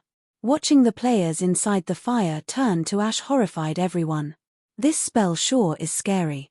Luckily, I wasn't with the front line. A level 32 shield warrior in silver heavy armor gulped as he watched the flames in front of him. He had only been a thread away from losing his life. Had he taken another step forward, he would have died like the Guardian Knight who had been in front of him a second ago. The Guardian Knight had over 12,000 HP and had Protection Blessing and Magic Resistance aura activated.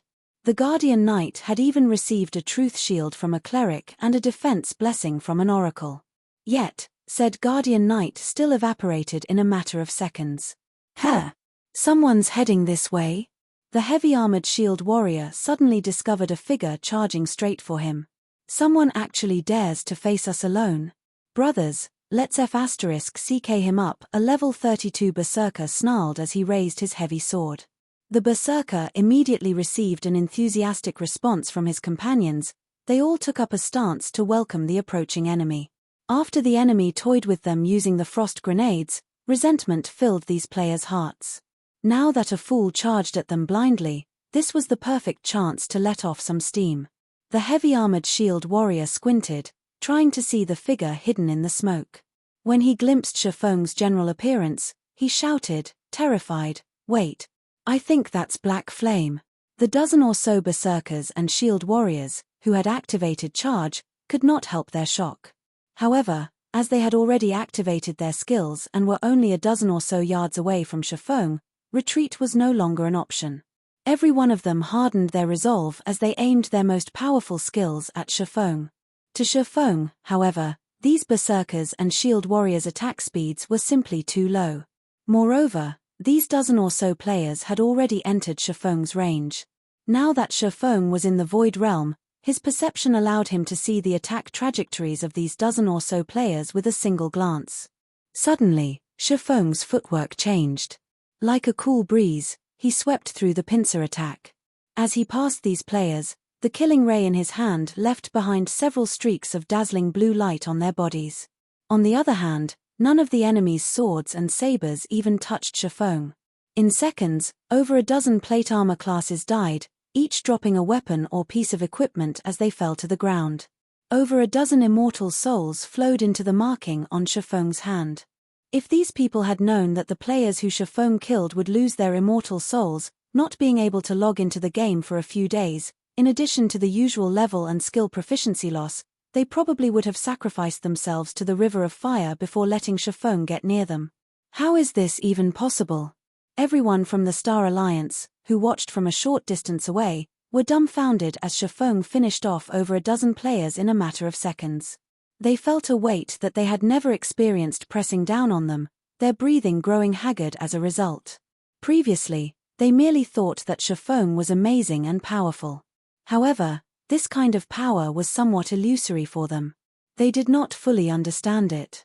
However, only after facing this power themselves did they realize how massive a gap there was between them and Shifeng.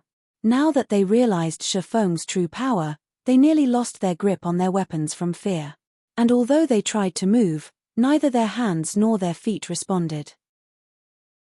Suddenly, everyone thought that their previous idea of overwhelming Shifeng with numbers was childish. By the time they returned to their senses, Shifeng had appeared right before them. In the next moment, numerous streaks of blue light bloomed on their bodies. There sure are a lot of people. As Shifeng glanced at the crowd of Star Alliance members blocking his way, he lifted Killing Ray and slashed downwards. Thundering flash. Suddenly, several lightning strikes slithered towards the Star Alliance players, leaving behind dazzling electric arcs in the air. With a single move, Shifeng gained dozens of immortal souls and cleared a path for himself. By the time the Star Alliance members reacted and tried to surround and contain Shifeng, he had already dashed into the crowd and began a slaughter. Chop! Earth splitter! Thunder flame explosion! Skywheel sword! Shifeng leisurely harvested the Star Alliance's lives, one after another. Despite the elite members throwing all sorts of control skills at Shifeng, who had activated the aura of space, none of these control skills had taken effect. As for the various attacks sent at him, with his movement speed, none of them even came close to hitting him. Frequently, onlookers watched bodies soar into the air, hitting the ground with a thud far from the Star Alliance's elite army. Those who watched were stupefied. Not only had Shifeng's onslaught slowed the Star Alliance's offensive, but he had also killed a large fraction of the Star Alliance's elites. Shifeng was unstoppable as he rushed through the Star Alliance's army. As Zero Wings members watched the slaughter, their fighting spirits burned within them as they joined the offensive. He's so strong. Black Flame can actually hold off the Star Alliance's assault by himself. Is he even a player? The players from the secret pavilion watching from afar were stunned. Shifeng's astonishing performance even aroused many of the pavilion's female players. Despite being surrounded by enemies, not only did Shifeng's rampage continue without pause, but he was also able to evade everyone's attacks in the limited space. This feat was immensely difficult. The secret pavilion's experts were quite confident that they could handle 100 elite players by themselves. During the battle, they would try to choose the most favorable terrain for their fights, using it to funnel their opponents, limiting the number they had to face at a single time. This way, they would have a much easier time defending against and dodging attacks. However, when the enemy surrounded them, the difficulty of defending and dodging increased exponentially. They would most likely last only a moment before they died. Even Cold Autumn, who was known as a genius of the new generation, would be lucky if he lasted even 20 seconds. However, Shifeng had already lasted over a minute. Moreover, he had yet to receive any damage. Black Flame. Complex emotions filled Galaxy Past's heart as he watched Shifeng. The Star Alliance's overall strength had clearly surpassed Zero Wings by a large margin. The Alliance had even received assistance from various guilds. They had amassed a force that not even Zero Wing and Ouroboros combined could defeat. Yet, at the end of the day, he never would have imagined that. In this war, involving hundreds of thousands of elite players, Zero Wing grasped the outcome, dominating simply because they had Shifeng on their side. It should have been impossible for a single player to change the outcome of a major guild war, yet at this moment, that is exactly what had happened. Moreover, this domination occurred right before his very eyes. This will end now. Killing intent flashed in Galaxy Past's eyes as he lifted his greatsword and charged at Shifeng, shouting, "Everyone, attack him as one." Even Twilight Echo's guild leader, Glorious Echo, took action. Over 100 experts also circled to Shifeng's back stealthily. Chapter 749 War God Possession. Chapter 749 War God Possession. Galaxy Past finally can't endure it. Yuan Taishin could not help but smile as he watched Galaxy Past, who rushed at Shifeng. Although it was impossible for Shifeng to wipe out the Star Alliance's army, even if Galaxy Past let the swordsman be, doing so would wound the Alliance's morale severely. If Galaxy Past did not stop Shifeng's unrestrained slaughter, the elite members' opinions of their guild might hit rock bottom. When Ouroboros's army arrived, the Star Alliance would truly be finished. However, with this opportunity, Yuan Taishin would finally see Shifeng's limits. During the battles against Sky and Red Feather, Shifeng had shown rapid improvements to his combat power. Initially, Yuan Taishin merely thought that Shifeng's stunning performances against Sky and Red Feather were a result of his overwhelming attributes. However, after seeing Shifeng last so long while surrounded by elites, yet not receiving any damage, this was no longer a matter of superior attributes. Without stepping into the Void Realm, which allowed one to perceive one's environment as if it were a part of their own body, It was impossible to dodge so many spell and arrow attacks coming from behind accurately. Yuan Taishin suddenly realized something that made his skin crawl. The secret pavilion had collected plenty of information regarding Zero Wing's guild leader, Black Flame. Yuan Taishin, himself, had read the reports on Black Flame multiple times. In the beginning, Black Flame had gained his fame in Starmoon Kingdom through his identity as a forger, earning himself the title of Starmoon Kingdom's chief forger. However, as Black Flame began to appear in battle, everything had changed. Black Flame had relied on absolute strength to defeat his enemies. Through his achievement of killing his enemies with a single hit, he had gained the title of One-Hit Azura. However, Black Flame's performance had been a result of his excellent equipment and very high basic attributes. As for his combat standards, he was merely a top-tier expert in the eyes of the general public. He had not even been a match for Cold Autumn when it came to combat standards. He was only someone with a wealth of combat experience. He could not hold the attention of the major powers in God's domain. Yet, as he participated in more battles, Black Flame's combat standard surprised the public again and again. He had gone from half-step refinement realm to reaching the refinement realm fully, then entering the flowing water realm as well. As his battle count increased, Black Flame's abilities increased. Now, he had reached the void realm. Yuan Taishin refused to believe that Black Flame's battles had just been acts. Moreover, experts who had set foot into the realms of refinement had their own pride. They would not suppress their strength to deal with a weakling. There was no point to that. Since it wasn't an act, Yuan Taishin could only think of one possibility. Zero Wing's guild leader, Black Flame, had improved with an intensely terrifying speed. Compared to the horror of Black Flame's basic attributes, his growth was what truly frightened people. The secret pavilion considered Cold Autumn a genius because he was young. In addition, despite training with the pavilion for less than a year, he had already reached the half-step refinement realm and could break through to the refinement realm at any moment. Cold Autumn's growth was even faster than Yuan Taishin's when he had been young. But, what about Black Flame? How long had it been since God's domain launched? In less than 2 months, Black Flame had gone from someone who was not even a half-step refinement realm expert to a true void realm expert. Was he even still human? Even Martial Dragon, someone whom the Dragon Phoenix Pavilion had considered a genius that only appeared once every 10 years, would not be a match for Black Flame. In the future, Black Flame might very well become one of the virtual gaming world's monsters. With that in mind, Yuan Taishin decided that, even if Zero Wing suffered defeat in this war, he would offer to aid Zero Wing in securing Stone Forest Town, taking the opportunity to get associated with the guild. God's Domain, as a virtual reality game, was massive. It was different from the virtual reality games they had seen in the past. Even a super guild should not consider the idea of monopolizing the game. Moreover, the waters of the virtual gaming world were relatively deep. Now that various major international corporations had put a foot in as well, the virtual gaming world had become far more complicated. If the secret pavilion could gain a powerful ally like Zero Wing, it would benefit the pavilion's development in the future. The pavilion could seize more opportunities and gain a stronger influence.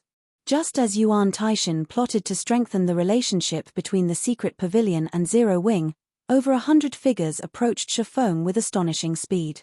"I'll hold his attention. Find an opportunity to attack." Galaxy Past commanded through the team chat as he approached Shifeng. He then retrieved a deep blue potion from his bag. Shifeng might be able to fight with relative ease while surrounded by elite players, but it would be a different story if he were surrounded by expert players.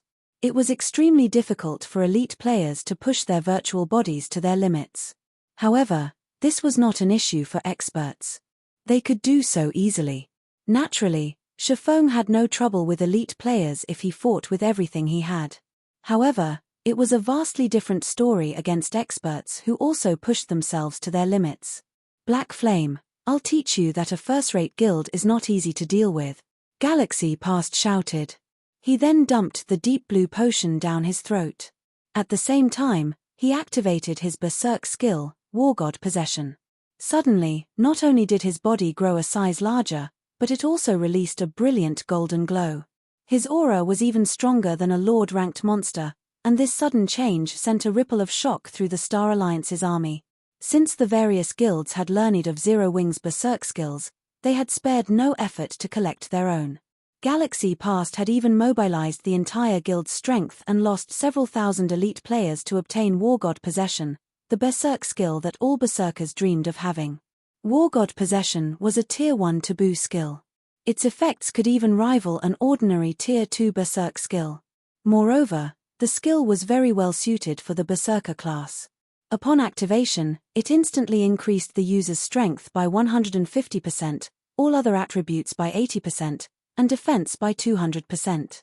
Moreover, the less HP the user had, the higher the strength bonus the user received. The only shortcoming the skill had was its short duration of 20 seconds. Once those 20 seconds passed, the user would enter a weakened state for 1 hour. The skill also had a 24-hour cooldown.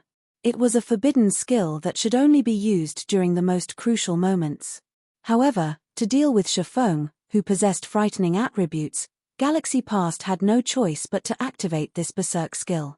As insurance, Galaxy Past drank an extreme speed potion, a rare, high-level potion that he had obtained from a quest. The potion increased movement speed by 100% and attack speed by 150% for 30 seconds with a cooldown of 1 hour. With the effects of War God Possession and the extreme speed potion, it was not entirely impossible to kill Shifeng. Moreover, not long ago, Shifeng had used his own berserk skill. Berserk skills generally had very long cooldowns. Only a short time had elapsed since Shifeng had last used his. It was impossible for his berserk skill to have cooled down already. Without a berserk skill, even if Shifeng's attributes were more powerful, he was not a match for Galaxy Past, who had activated a Tier 1 taboo skill. Black Flame. It's time you know what it feels like to have your attributes overwhelmed. Galaxy Past activated Charge and appeared before Shifeng like a ghost. With a malevolent smile, he swung down his dark gold-ranked greatsword, Weeping Silver, violently. Boom! When Weeping Silver descended, an explosion shook the area. The ground beneath Shifeng's feet shattered, revealing long sword marks. A level 32 shield warrior, who had accidentally collided with the sword aura, lost his life instantly. Galaxy Past's horrific power caused everyone to shudder. Chapter 750, Berserk. Chapter 750, Berserk. Galaxy Past's performance shocked every player who saw it. Nobody had ever imagined that Galaxy Past was so powerful.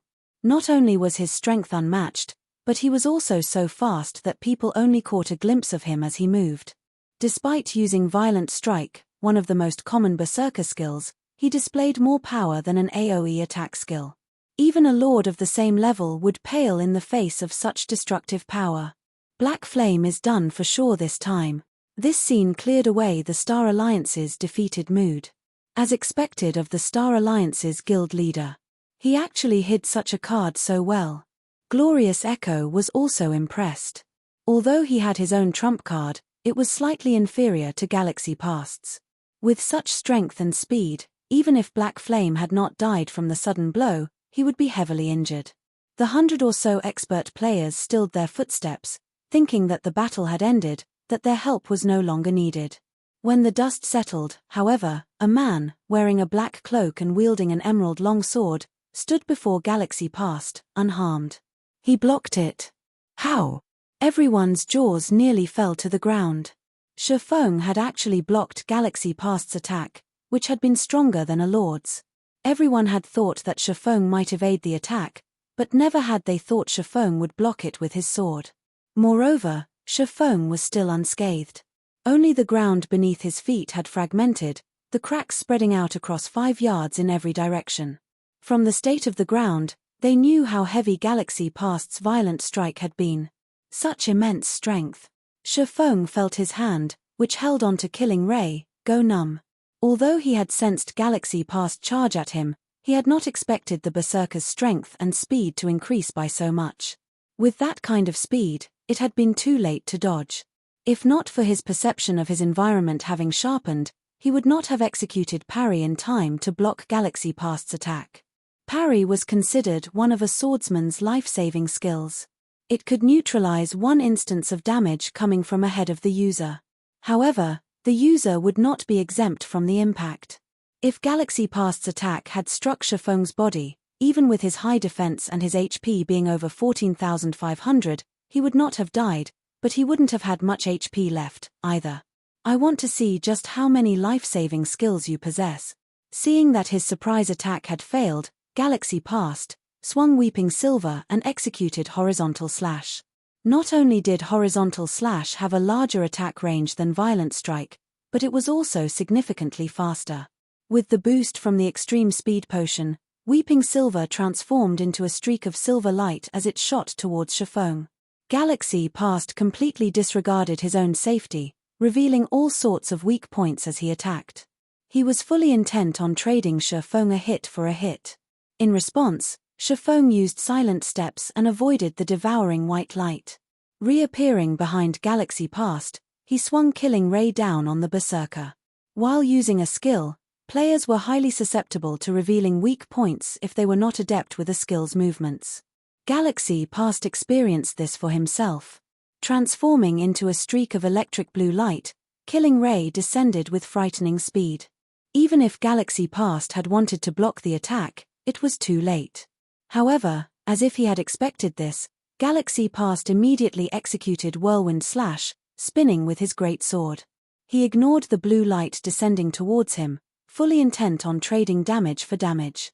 In terms of strength, Galaxy Past had an absolute advantage. Hence, if they traded blows, Galaxy Past would come out victorious. Shifeng had no intentions of granting Galaxy Past's wish. With a thought, he activated Defensive Blade. Boom! The blue light slammed into Galaxy Past's body, stealing over 2,300 of the Berserker's HP. Meanwhile, although Weeping Silver found its mark, Shifeng's Defensive Blade blocked the damage. Such high defense. Shifeng clicked his tongue. He wielded the epic weapon, Killing Ray. His one-handed sword mastery had even reached the basic Sword King standard, which increased his damage with the one-handed sword by 80%. He could easily finish off a cloth armor class of the same level with a single hit. Yet, his attack had only inflicted around -2,300 damage. Galaxy Past currently had 21,000 HP. Shifeng's single attack had merely devoured slightly over 1/10 of his HP. Just as Shifeng intended to get a few more hits in, he noticed a Guardian Knight's protection blessing suddenly enveloping Galaxy Past. A Cleric's Truth Shield and an Oracle's Defense blessing also fell over the Berserker. A healing light touched Galaxy Past's head, instantly recovering his HP to full. Quickly, Shifeng brandished Killing Ray and launched a barrage of attacks. However, all he managed to do was shatter the Truth Shield. He was still short of shattering the Defense Blessing. An Oracle's Defense Blessing and a Cleric's Truth Shield were different. The Truth Shield could protect the target's entire body, and the caster's mana determined how much damage it could absorb. Defense Blessing, on the other hand, could only block attacks coming from one direction. However, the target's maximum HP determined how much damage it could absorb. A Tier 1 Defense Blessing could absorb damage equal to 30% of the target's maximum HP. Since Galaxy Past had 21,000 HP, a Defense Blessing cast on him could absorb over 6,000 damage. Shifeng frowned slightly. They were currently surrounded by members of the Star Alliance. If Shifeng were facing an elite MT, even if said MT activated Shield Wall, he was confident that he could finish off the MT quickly without giving the healers a chance to heal him. Now, however, Galaxy Past's defense was simply too high. The Berserker's HP had also increased to 21,000, and he had the damage reduction from Protection Blessing. It was practically impossible to kill Galaxy Past before the healers recovered his HP. Although the predicament troubled Shifeng, Galaxy Past was shocked. He finally realized just how massive the gap was between him and Shifeng. Shifeng's attack power was insanely high. War God Possession had increased Galaxy Past's defense by 200%.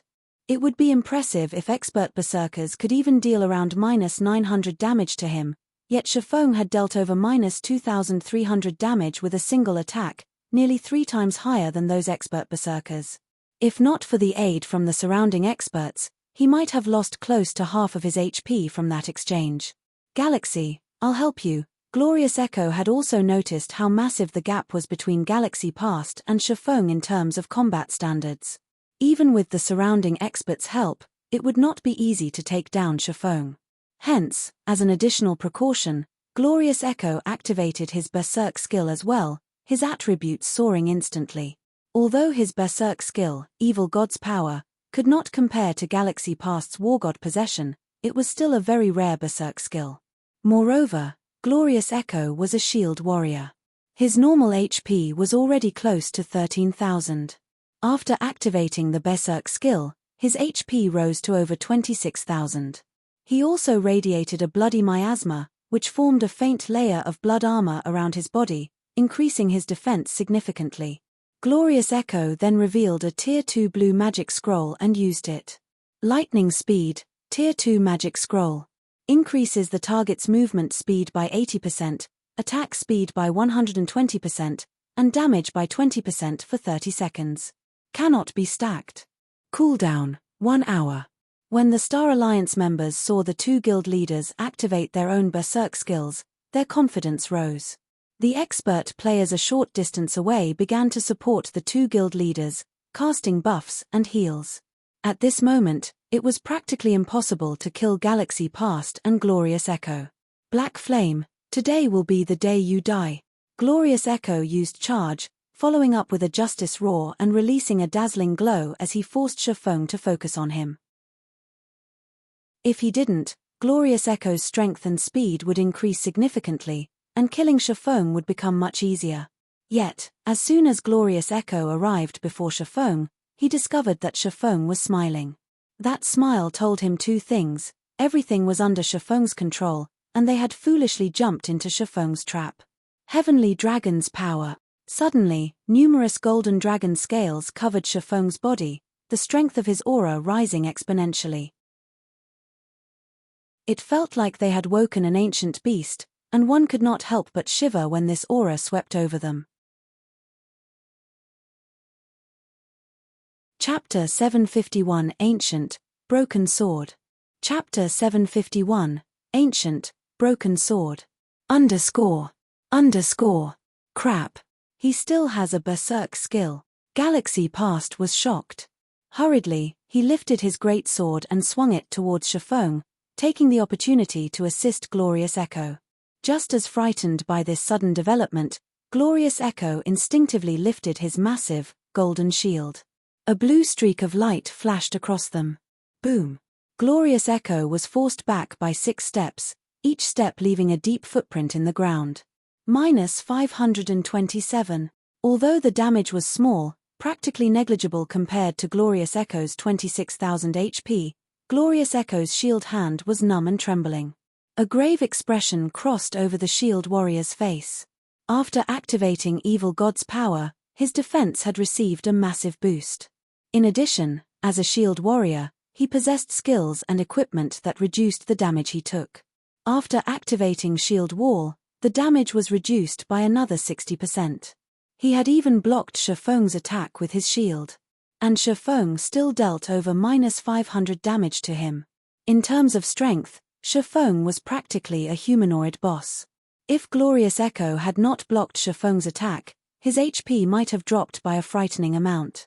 Suddenly, Galaxy Past's Weeping Silver slashed at Shifeng. Just before the streak of silver light bit into its target, Weeping Silver suddenly stopped before Shifeng, the weapon unable to proceed by even an inch.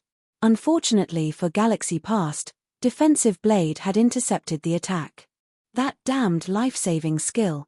Galaxy Past's previous excited expression vanished. He had forgotten that Shifeng's Defensive Blade was still in effect. Shoo! This time, a streak of blue light bloomed on Galaxy Past. A damage of -2,054 points appeared above Galaxy Past's head, shocking the Berserker. Hurriedly, Galaxy Past brandished his sword in an attempt to block Shifeng's follow-up attacks. When Shifeng brandished Killing Ray, none of them could even see the sword's afterimage. They could only see the faint blue arcs of lightning that trailed after the epic weapon. Numerous blue lights streaked across Galaxy Past's body. Although Galaxy Past was very fast thanks to the extreme speed potion, he was a berserker. Even after drinking the potion, he was only slightly faster than Shifeng. When Killing Ray's lightning effect triggered, Galaxy Past could not see the weapon's attack trajectory at all. Despite his desperate attempts to defend himself, Galaxy Past only avoided a few of Shifeng's attacks. -4,719. -1,984. -2,018. Galaxy Past's HP fell rapidly. In the blink of an eye, he had lost over half of his total HP. In the next moment, however, several heals soothed his pain, each recovering over 3,000 HP. In an instant, Galaxy Past recovered to full HP. Ha ha ha. Black Flame, stop wasting your time. You can't kill me. At first, Galaxy Past had thought he was dead for sure. For a moment there, he had completely forgotten about the numerous expert players supporting him from the sidelines. As long as Shifeng couldn't instant kill him, these expert healers would recover his HP immediately. Knowing this, Galaxy Past's confidence grew. Growing bolder, he took the initiative to attack Shifeng, disregarding the swordsman's attacks. Watching, the frightened Glorious Echo also calmed down and continued charging at Shifeng. Although neither of them was a match for Shifeng, as long as they could land one hit out of the dozens of attacks they sent, they would obtain their victory. With both of them having such high defense and protection blessings, I won't be able to kill them within a short time. Sure enough, Heavenly Dragon's power alone won't be enough. Shifeng sighed. Suddenly, he leaped and broke away from the two guild leaders. He's trying to escape. Stop him. Galaxy Past shouted as Shifeng fled. His war god possession had a very short duration. If he could not defeat Shifeng within that duration, they would definitely lose this fight. Hearing Galaxy Past's command, the Shield Warriors and Guardian Knights activated their life-saving skills and rushed at Shifeng. Scram! Shifeng shouted. Turning, he swung Killing Ray violently. Hurricane! Hurricane! Deals 200% plus, 30% asterisk hurricane energy stacks, weapon damage in a 20-yard cone and lifts all targets struck into the air, preventing movement for 5 seconds. Cooldown, 10 minutes. This was one of the Tier 1 swordsman set equipment's additional skills, Hurricane. As Shifeng had long since built up 10 stacks of hurricane energy during his previous attacks, he used Hurricane at its maximum power. Instantly, the dozens of Shield Warriors and Guardian Knights were blown into the air. Despite these players having activated Shield Wall and Protection Blessing, they still received over -15,000 points of damage. Some had even received a critical hit of more than -30,000 points. Instantly, every one of these MTS died before they hit the ground. However, Galaxy Past and Glorious Echo had used this brief opportunity to catch up with Shifeng. I finally have some space. Shifeng glanced at the approaching Berserker and Shield Warrior. He then retrieved the Dragon Slayer potion, which he had obtained from the Disaster Treasure Chest, and drank it. Dragon Slayer potion, consumable. Increases all attributes by 100% and all resistances by 100 points for 1 minute. Cooldown, 3 hours. In reality, Shifeng didn't need to use the Dragon Slayer potion to deal with Galaxy Past and Glorious Echo. He could simply activate Blade Liberation. However, the 20-second weakening effect after the skill's duration was a risk that Shifeng could not afford.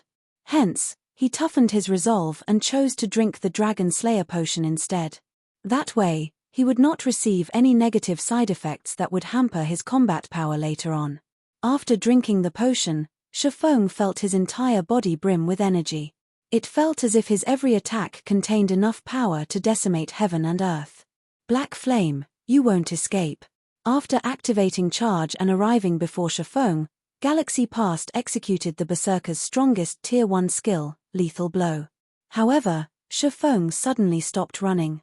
With double the attributes now, Shifeng turned around and evaded Galaxy Past's Lethal Blow easily. The Killing Ray then transformed into numerous blue lights that snaked towards the Berserker. Before Galaxy Past realized what had happened, Killing Ray had struck numerous times. minus 4,418, minus 9,578, minus 9,495. In the blink of an eye, Galaxy Past's HP hit rock bottom, his body falling to the ground. The healers standing at the rear had not even had the time to heal him. When Galaxy Past died, he dropped a piece of equipment and an ancient, broken sword with a golden hilt. Suddenly, the entire battlefield fell silent. The Star Alliance members who had tried to block Shifeng's path revealed expressions of disbelief. The guild leader they revered had been killed. When Glorious Echo saw his companion hit the dirt, he froze in his tracks, his will to fight vanishing. Shifeng's terrifying power left him thoroughly shaken. Shifeng noticed that Galaxy Past had dropped something extraordinary, so he took the opportunity to pick up the Berserker's loot while everyone was still caught in their stupor. They all watched in a daze as Shifeng collected the drops. Nobody dared try to stop him. Seeing as nobody wanted to approach him, Shifeng smiled faintly as he took a blue magic scroll out of his bag. Shifeng had also obtained this from the disaster treasure chest. Thunder's Wrath, Tier 3 Magic Scroll. Deals devastating damage within a radius of 100 yards for 5 seconds. Although this magic scroll was powerful, it had a channeling time of nearly 1 second. During this time, he could not afford any interruptions. This moment, however, was the perfect opportunity to use it. While everyone struggled with their shock, Shifeng unfurled the magic scroll and channeled the spell. With himself as the center, he activated Thunder's Wrath. Crap! Run! Quickly! Glorious Echo shouted in a panic after realizing what was about to happen. Unfortunately, it was too late. To finish Shifeng off, the Star Alliance had gathered most of its experts around him. If Shifeng attempted to hunt down these experts one by one, they would have fled. If he used Thunder's Wrath, however, none of them would get away. Suddenly, a gigantic magic array appeared in the sky. Countless lightning bolts began to descend. However, area-wide attacks like these usually required around 2 or 3 seconds to reach their full potential. During this period, the lightning strikes that snaked down from the sky would gradually increase. Hence, not all players within the affected area would take damage the instant the magic scroll activated. Upon activating Thunder's Wrath, Shifeng switched the Aura of Space to the Aura of Earth and activated Absolute Defense. The skill's duration was just enough to last through the duration of Thunder's Wrath. Shifeng then dashed towards the Star Alliance's expert players. Lightning bolts descended, one after another. Even Glorious Echo, who had the highest HP and defense among every player present, was vaporized when one of these bolts struck him. Shifeng weaved his way through the lightning storm as he collected the experts' immortal souls. This fed his current collection rapidly. By the time Thunder's Wrath ended, the Star Alliance's expert players had been wiped out. Chapter 752, Star Moons Number 1. Chapter 752, Star Moons Number 1. Underscore. Black Flame really is vicious. Yuan Taishan could not help his sigh as he looked at the charred corpses in the distance. The Star Alliance is done for this time. Thousands of Star Alliance elite members had died in an instant. Who knew how much equipment was scattered across the ground? If converted to coins, just how much one would have to spend to purchase all of that equipment? To the Star Alliance, however, the lost items were only secondary. To deal with Black Flame, the Star Alliance had gone all out and sent most of its experts to surround Shifeng. Yet, with just one blow, Shifeng had annihilated all of them. This was an irrecoverable blow to the Star Alliance. Without these upper echelons commanding the war, the Star Alliance's army would definitely fall into chaos. Zero Wing and Ouroboros's armies would slaughter the survivors. After players died in God's domain, they could not contact those still alive in the game. They could only do so after they revived. However, unlike in dungeons, players would not revive immediately upon death. They needed to wait for half an hour before they could return to the world of the living. By the time half an hour had passed, the war in the Stoneclaw Mountains would, most likely, be over. At that time, there would be no point in returning. Even Yuan Taishan could not begin to estimate how many elite members the Star Alliance would lose in this war. However, what Yuan Taishan did not know was that Shi Feng had not only killed the Star Alliance's experts, but he had also absorbed many of their immortal souls. As a result, these upper echelons would not be able to log into God's domain for some time. After losing a war, a guild did not need to focus on its losses, but whether or not it could stabilize itself. If a guild's upper echelons could not log into God's domain for 2 or 3 days, even Shi Feng could not imagine the chaos that would befall the guild. Not only had the Star Alliance lost the war, but its upper echelons had also gone missing. Who would want to remain in such a guild? This was also why plundering immortal souls had become a taboo among players in God's domain in the past. Meanwhile, the reports of Shi Feng wiping out the Star Alliance's upper echelons with Thunder's wrath had begun to spread throughout the official forums. Instantly, the Star Moon Kingdom forums gone into an uproar. Black Flame is too godly. Damn. Black Flame can win, even surrounded by enemies. Is he even human? If Zero Wing has such an expert, it won't have any problems growing stronger. Please, carry me. Please accept me as your disciple, God Black Flame. Although I've just joined God's domain, I am going to join Zero Wing no matter what. Only minutes after Black Flame's battle video posted, it had been upvoted to the #1 spot on Star Moon Kingdom's forums. Meanwhile, the majority of the kingdom's players desperately wanted to join Zero Wing. Aside from focusing on Black Flame, players had also grown curious about Zero Wing's other experts and had begun to investigate the guild. The moment they checked, however, they were frightened. Zero Wing had 3 people who had reached the 8th floor of the Divine Colosseum's Trial Tower. If one were a veteran player in God's domain, they would be very enthusiastic about the Divine Colosseum's Trial Tower. The Trial Tower had become an important indicator for players' comparisons against each other. For players new to God's domain, it was practically a dream to clear even the 1st floor. As for veterans, reaching the 3rd floor was their limit, whereas elite players could roughly reach the 4th floor. Meanwhile, ordinary players already considered elite players experts. When forming a party to raid a dungeon, any party that had an elite player would be the envy of others. An elite player could increase the party's overall strength, making it a piece of cake to clear a hard mode party dungeon. As for the experts who had reached the 5th floor, ordinary players looked up at them as if they were stars. A city would only have several hundred experts, some even had less than 100. NPC City's player population could range anywhere from 70,000 to over 1 million. One could imagine just how rare such experts were. In other words, these experts were the top players in an NPC city. Currently, in most of the cities in Star Moon Kingdom, the highest floor any player had reached was the Trial Tower's 6th floor. Only the major NPC cities with a player population of over 1 million would have 7th floor experts. Yet, Zero Wing actually had 3 people who had managed to reach the Trial Tower's 8th floor. The players of Star Moon Kingdom struggled to accept this fact. It was impossible for ordinary players to encounter true experts. Hence, they usually used the Trial Tower as a method of judging experts because the Divine Colosseum's tower did not test a player's attributes or equipment, rather, it tested a player's true power. The difference between players was made clear. Each of the Trial Tower's floors was more difficult than the last. Veteran players could only reach the 3rd floor after fighting through hell and high water. Hence, elite players who reached the 4th floor were treated like experts. However, what about those who managed to reach the 8th floor? No one could even imagine how much power these players had. The Assassin Fire Dance, the Cleric Violet Cloud, and the Cursemancer Aqua Rose.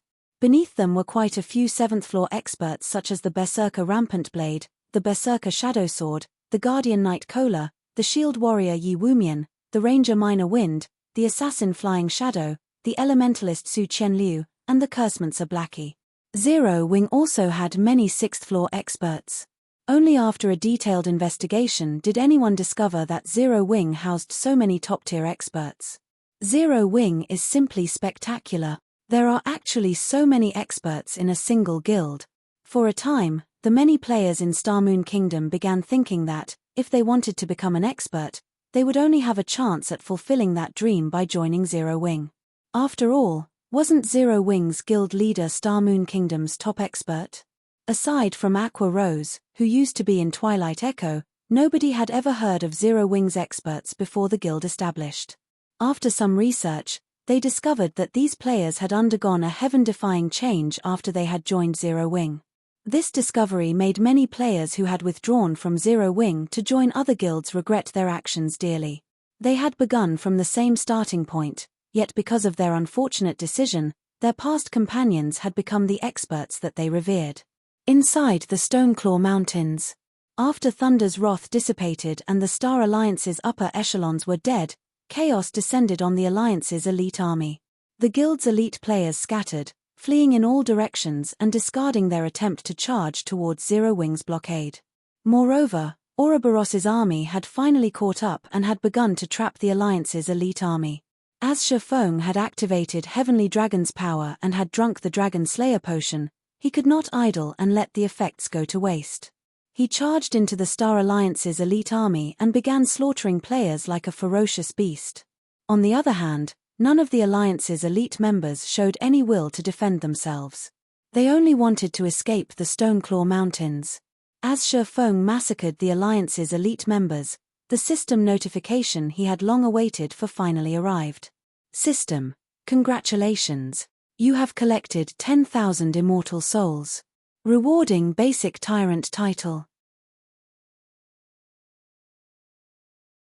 Chapter 753, Title, Sword King. Chapter 753, Title, Sword King. I've finally finished this quest. Shifeng breathed a sigh of relief when he saw the system notification before him. Although it was not difficult to kill 10,000 players in the time frame Charlene had set, it would be very time-consuming if he had gone out of his way to do so. Where would Shifeng, who already had his hands full with his own tasks, find the time to hunt random players? Now that he had completed the epic quest, Immortal Crown, the weight bearing down on Shifeng's heart lifted significantly. After all, he still had an extremely deadly legendary quest waiting for him. Lord of Balrog's Fall. If he did not gain the promotion to Tier 2 quickly, only death awaited him. Failing an epic quest would partially cripple a player. However, there was still a chance to recover from the blow. A legendary quest, on the other hand, was different. If failed, the penalty would render the player's account useless. In the past, even though many players had encountered the opportunity to undertake a legendary quest, they had hesitated for a very long time before making a decision. There were multiple known instances where players, who had not been strong enough, had accepted a legendary quest. In the end, they had to delete their accounts and start all over again. Hence, in the past, many players had chosen to pass on the opportunity to challenge a legendary quest, either challenging it later or selling the quest's information to stronger, bolder players. A legendary quest's rewards were incredibly bountiful. Normally, they would reward either a fragmented legendary or legendary item. These were invaluable to a player, and they could push a player's combat power to the next level. Hence, one could gain quite a profit by selling information about such quests. In the past, many players who had known that they were too weak would sell these legendary quests to large guilds, earning coins or items to strengthen themselves instead. Others had scolded these players for being foolish. After all, just how much of a boost would a legendary item offer a player? Even so, many people had still envied such players. After all, it was extraordinarily difficult to complete a legendary quest as an individual. Obtaining one or two pieces of epic equipment without bearing any of the risks that came with a legendary quest definitely made it a worthwhile trade. A bird in the hand is worth two in the bush. A small advantage was more beneficial than a massive risk. Improving one's strength was the priority. However, a legendary quest was not as easy as an epic quest. Epic quests were similar to epic items in God's domain, while legendary quests were similar to legendary items. Although epic items were very high-end, they would gradually become commonplace among the general populace. A legendary item, on the other hand, would remain a rarity. Not many players would ever encounter one without heaven-defying luck. Moreover, the players' decisions to sell the legendary quests had been proven a wise one because, among the large guilds that had purchased these quests, 90% of them had failed to complete their legendary quests even after suffering tremendous losses. Many of those guild's experts had been forced to start all over again. Shifeng knew of a few legendary quests he could pick up. However, he wasn't quite strong enough right now, so he would not try to take these quests on just yet. Yet, Shifeng never imagined that the legendary quest that he tried so hard to avoid would come looking for him instead. Basic Tyrant title? Shifeng was reminded of the Tyrant Bear Cola when he saw this new title. In the past, Cola had ranked at the top among the MTS in Star Moon Kingdom. However, this achievement had not been due to his excellent combat techniques, rather, it had been his title. That title was Tyrant. However, Tyrant Bear Cola had never revealed his title's origin in the past. Now, Shifeng finally understood how he obtained it. Basic Tyrant title. When title is in use, Fortitude plus 30, maximum stamina increased by 20%, and all attributes increased by 5%. Requires 100,000 immortal souls to upgrade by 1 level. What a powerful title. Shifeng was stunned. This was only the basic ranked Tyrant title, yet, not only did it already increase a player's fortitude by 30 points, but it also increased their maximum stamina by 20%. Just how powerful were the intermediate and advanced Tyrant titles? Both fortitude and stamina were hidden attributes. In the past, many people had paid massive prices to add just 1 point to their hidden attributes. Yet, one could obtain both stamina and fortitude from just a single title. Not to mention, the Tyrant title also increased a player's basic attributes. In God's domain, although basic attributes were important, hidden attributes were far more powerful. It was especially true for expert players. Fortitude could reduce the consumption of a player's stamina and concentration, whereas stamina could extend the time a player could spend in battle. Fights between experts of similar strength almost never ended in a short amount of time. Eventually, it would become a competition of stamina and concentration. Whoever could outlast the other would be the winner of the fight. Shifeng had only managed to obtain 10 fortitude points after taking the risk to open the disaster treasure chest. Even so, this meager amount had thrilled Shifeng. Now, if he used the basic Tyrant title, he could obtain 30 fortitude points and increase his maximum stamina by 20%. If he encountered an opponent of roughly equal or greater strength in battle, he could definitely fight a battle of attrition and slowly wear down his opponent. This was why, despite Cola being the MT of only a second-rate guild, he had been able to push his way through the many obstacles in his path and become one of Star Moon Kingdom's top MTS.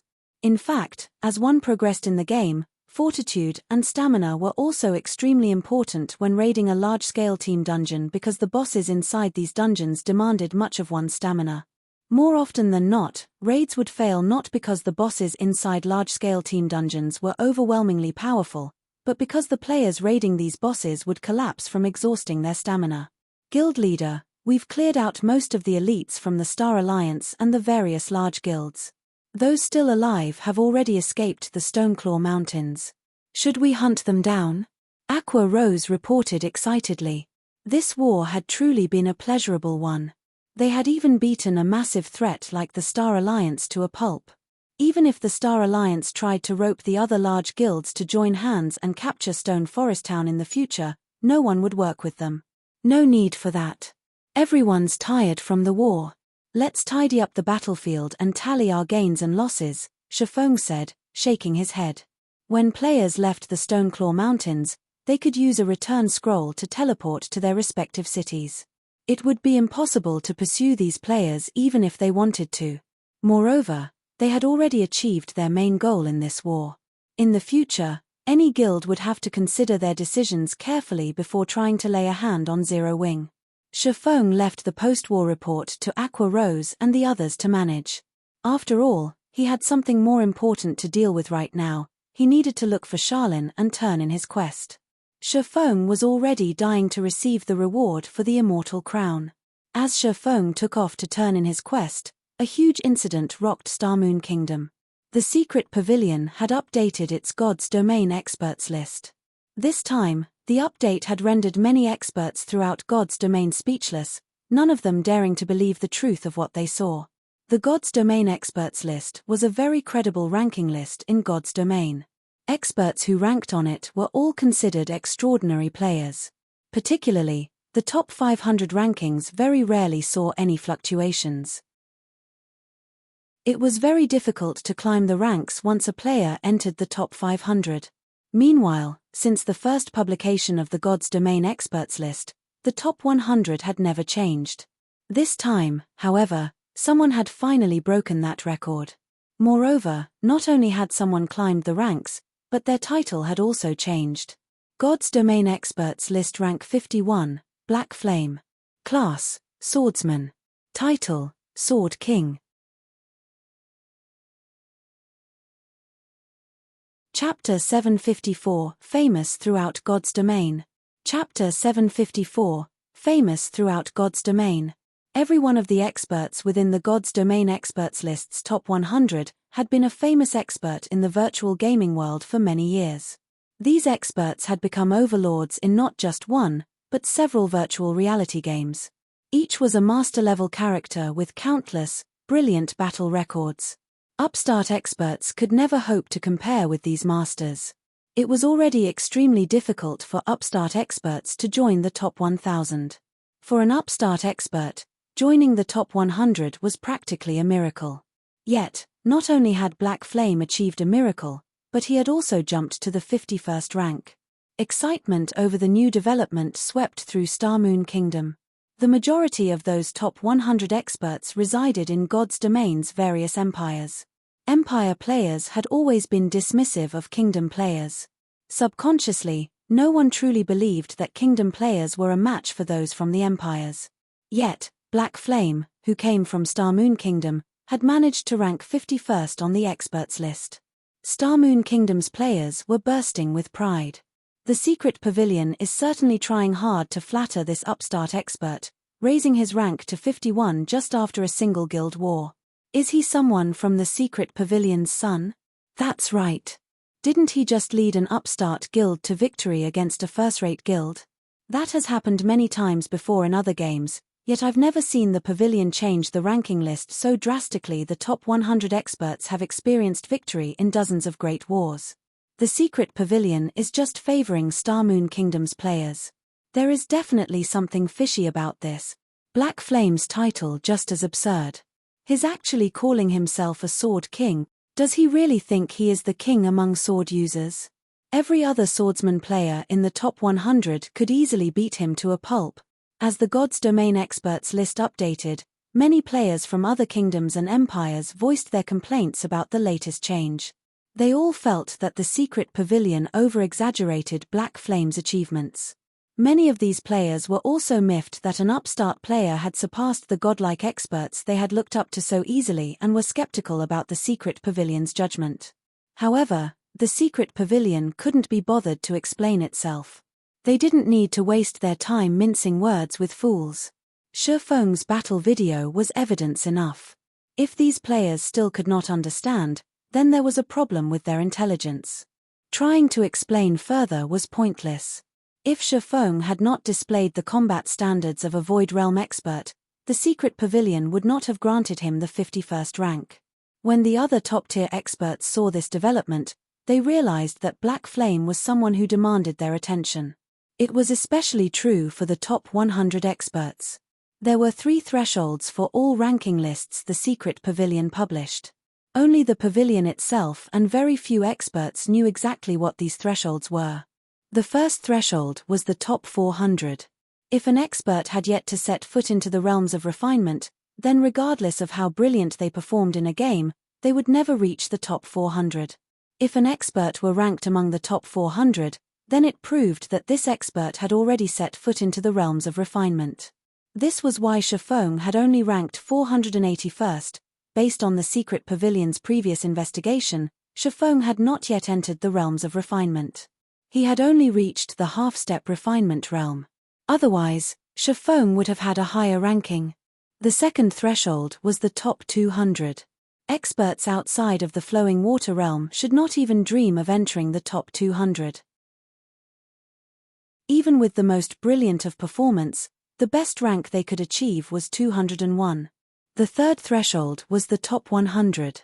Only those in the Void Realm could earn one of the top 100 ranks. As Shifeng had shown that he had reached the Void Realm and had defeated the well-known Sky, his rank instantly jumped to 51. Otherwise, the best rank Shifeng could achieve was around the 80s or 90s.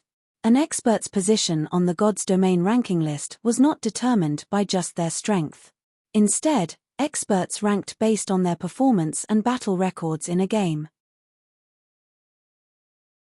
If experts ranked according to strength, then many of the experts on the ranking list would qualify for any positions. If an upstart expert managed to reach the 401st rank on the God's Domain experts list, God's Domain's top powers would, at most, spare that player a glance, making a note of their existence. They would not consider that person important in the least. Now that Shifeng had joined the top 100, however, this sudden development forced the major powers to acknowledge him. 51st. Black Flame is truly interesting. Phoenix Rain's beautiful eyebrows lifted slightly as she read the God's Domain experts list. He certainly knows how to hide his strength. I had actually failed to notice his true combat standard. It seems that he had not defeated Martial Dragon by luck alone. Previously, Shifeng had merely been a minor character in Phoenix Rain's eyes. He had just luckily obtained some top-tier equipment. At most, he would only reign supreme for a short time. However, it was a different story if Shifeng had reached the Void Realm. Even Phoenix Rain would have no choice but to treat Shifeng as an equal. With the experts list's latest update, God's Domain's top-tier players understood one thing: another Apex expert had appeared in the virtual gaming world. Starmoon Kingdom, White River City. As soon as Shifeng returned to the city, he discovered that a constant stream of players arrived through White River City's teleportation hall. Moreover, these players' average level was quite high, with the lowest among them being around level 30. Although they were not at the standard of a guild elite player, they were considerably high-leveled among ordinary players. Meanwhile, as these players arrived, they immediately asked around for directions to Zero Wings Guild residence. "Little brother, do you know where Zero Wings Guild residence is?" A thin man approached Shifeng, asking politely. This man looked to be in his 40s and wore a blue mage's robe. Behind this middle-aged man were 5 other people. All 5 were level 30, and their equipment was level 25 mysterious iron rank at the very minimum. In a guild, these players could definitely join the elite members. Unfortunately, their levels were slightly off the mark. However, independent players did not have the same advantages as guild player. Independent players did not have access to the various benefits that a guild offered. They had no choice but to invest some of their time in other aspects. Hence, their leveling speed was slower than guild players. Shifeng currently hid under his black cloak and had reverted to his original appearance. Both his level and equipment were also hidden. Hence, no one recognized him. When Shifeng glanced at this group of players, his eyes instantly lit up with an excited light. The person speaking to him was actually Silent Years, who had been a top-tier expert in his previous life. This man had once ranked within the top 50 among the oracles of Starmoon Kingdom. He had even reached the top 10 during his peak. Big Brother Silent, this person is wearing Zero Wings emblem. He's from Zero Wing, the female elementalist beside Silent Years said awkwardly as she jabbed her finger at the oracle. Suddenly, Silent Years jerked, realizing this. As he had walked up to Shifeng from behind, he had not noticed the guild emblem on the swordsman's chest. To think that he had actually asked a member of Zero Wing whether or not they knew where the guild residence was.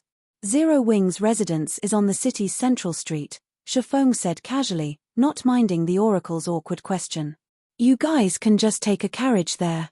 After saying so, Shifeng turned and left the teleportation hall, riding a horse carriage towards the library.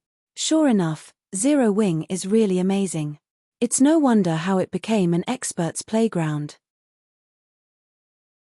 I felt so much pressure from a casual member. It seems that we have not wasted a trip. We must join Zero Wing, Silent Years stated as he watched Shifeng's departing figure, reverence on his face. His evaluation of Zero Wing increased substantially. Feng had not realized that his casual response had increased Silent Year's reverence of Zero Wing. Chapter 755 City Promoted. Chapter 755 City Promoted. Underscore. Horse carriages rattled up and down White River City's streets. As Feng rode comfortably in one such carriage, he could feel the tremendous changes that had swept through the city. More horse carriages moved along the streets than before. Moreover, there were more varieties of carriages now. God's domain evolved over time. Similarly, NPC cities also changed as time passed. Nothing would stay the same forever. Ordinary players might not think much of the number or variety of horse carriages, but to Feng, who had played God's domain for over a decade, these changes symbolized the city's prosperity. How could one determine how prosperous a city was? The most basic criterion was the city's horse carriages. It was similar to the cars in a city in reality. In small cities, not only were there fewer cars, but high-class cars were also very rare. In big cities, however, traffic jams were common. One would also see high-class luxury cars all over the city. God's domain cities were similar in this aspect. When an NPC city's player population increased, to satisfy the player's needs, the main God system automatically increased the number of horse carriages within the city, allowing more convenient travel. Meanwhile, as players consumed more in a city, the system would also release advanced horse carriages. These advanced horse carriages charged more but were much faster. This would allow players to save time when traveling. After all, an NPC city was very large. It was very normal to spend several hours walking from one place to another. Currently, advanced horse carriages had only appeared in 5 cities in Star Moon Kingdom. The city with the most carriages was none other than White River City. One could say that White River City had become Star Moon Kingdom's most prosperous city. Unlocking the advanced horse carriage feature was only one of a thriving city's basic settings. As time passed, various new facilities would open, such as flying tools and the flying transportation feature, which could allow players to reach destinations where teleportation arrays could not. As a result, these features would subtly improve a player's leveling speed. This was also one of the main reasons that Empire players were much higher leveled than Kingdom players. Now that White River City has unlocked the advanced horse carriages, with the number of carriages present, the city should not be that far from unlocking the luxury horse carriages. When the city unlocks the luxury horse carriages, players will be able to take the flying ship to the Eclipse Gate to level up. It seems I'll need to prepare for that. Feng could not help but recall the Eclipse Gate, which had been the most famous leveling area that White River City had to offer in his previous life. In the past, by the time White River City had activated the flying ship feature, the average player in God's domain had closed in on level 50. Many had even been promoted to their Tier 2 classes. From that moment onwards, players' levels in White River City had exploded. This was because White River City's flying ships could access the Eclipse Gate. Of course, White River City wasn't the only city whose flying ships passed through the Eclipse Gate. Every city in Star Moon Kingdom's eastern region had flying ships that could reach the Eclipse Gate. 4 countries would gather at the Eclipse Gate: the Star Moon Kingdom, the Rhine Kingdom, the Icefield Kingdom, and the East Spring Empire. It was considered a neutral zone, and the various countries had garrisoned their armies there to prevent the creatures within the Eclipse Gate from invading God's domain. Hence, there were plenty of high-level and army quests there. A player's leveling speed at the Eclipse Gate would be roughly double than in other leveling maps of the same level. Moreover, the Eclipse Gate was a colossal level 40 to level 70 map. One could also find plenty of rare herbs and ores in the area, which were all necessary resources to produce high-level potions and equipment. More importantly, the Eclipse Gate was a source for energy essence, a resource required to tame mounts. Taming a guild mount required resources. The higher the quality and quantity of resources one had, the quicker one could tame a mount. At the same time, one could use these resources to hasten a guild mount's growth. Energy essence was one of the advanced materials required to tame a mount. Precisely because of this, players coveted the Eclipse Gate. After reaching level 40, Everybody dreamed of having a good mount. However, they were not that easy to obtain. One had to nurture their guild mount slowly, promoting it as quickly as possible before it could become a part of one's combat power. However, although one could level up quickly and obtain plenty of resources at the Eclipse Gate, there was a downside. The Eclipse Gate's environment was relatively severe. If one did not possess a certain amount of fire and ice resistance, even expert players would lose their lives. Hence, after the Eclipse Gate opened, whether it was in Starmoon Kingdom or the 3 surrounding countries, the demand for equipment with ice resistance and fire resistance attributes grew. Aside from ice and fire resistance equipment, tools that increased one's ice and fire resistance were also extraordinarily popular. Although there was still quite a long time before the flying ship feature would unlock, Shifeng felt that he could already begin the necessary preparations. Although ice resistance and fire resistance equipment sold for a relatively high price right now, once everyone reached the Eclipse Gate, such equipment would double in price. Tools would also sell for far more. Whether it was for improving the leveling speed of Zero Wings Guild members or making money by reselling items, now was the perfect time to stockpile these items. I recall Campbell Volcano drops plenty of fire resistance equipment and tools.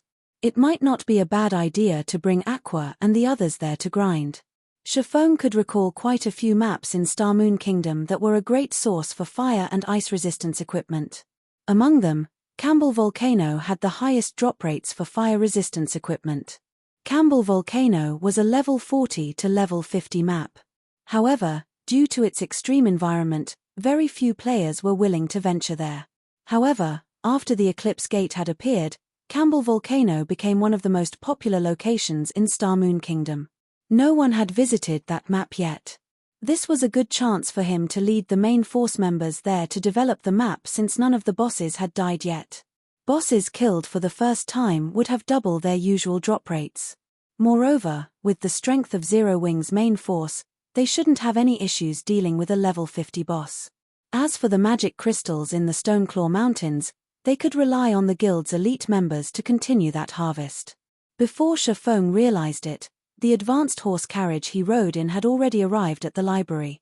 The library's entrance was the same as usual, with a group of players bunching around the doors, hoping to gain the favor of an NPC noble and gain entry into the library. Under everyone's watchful eyes, Shifeng strode into the library unhampered. When the NPC guards stationed at the entrance saw Shifeng, they treated him with respect, shocking many of the loitering players. After entering the library, as always, Shifeng headed towards the Starmoon Hall on the building's top floor. When the 2 level 300 Tier 3 Red Paladins, who guarded Starmoon Hall's doors, saw Shifeng approach, they stopped him. Since when did Tier 3 NPCs guard this place? Shifeng was surprised. Tier 4 NPCs were already overlords in White River City.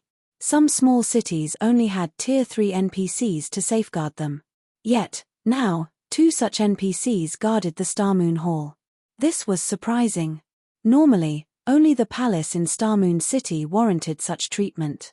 Without permission, outsiders are not allowed to enter, the level 200 Red Paladins said as they blocked Shifeng's path with their spears. Suddenly, however, a clear, crisp voice floated out from the hall. "Let him in." When the 2 level 200 Red Paladins heard this, they immediately retrieved their spears and opened the doors, allowing Shifeng entry. Chapter 756, Fief.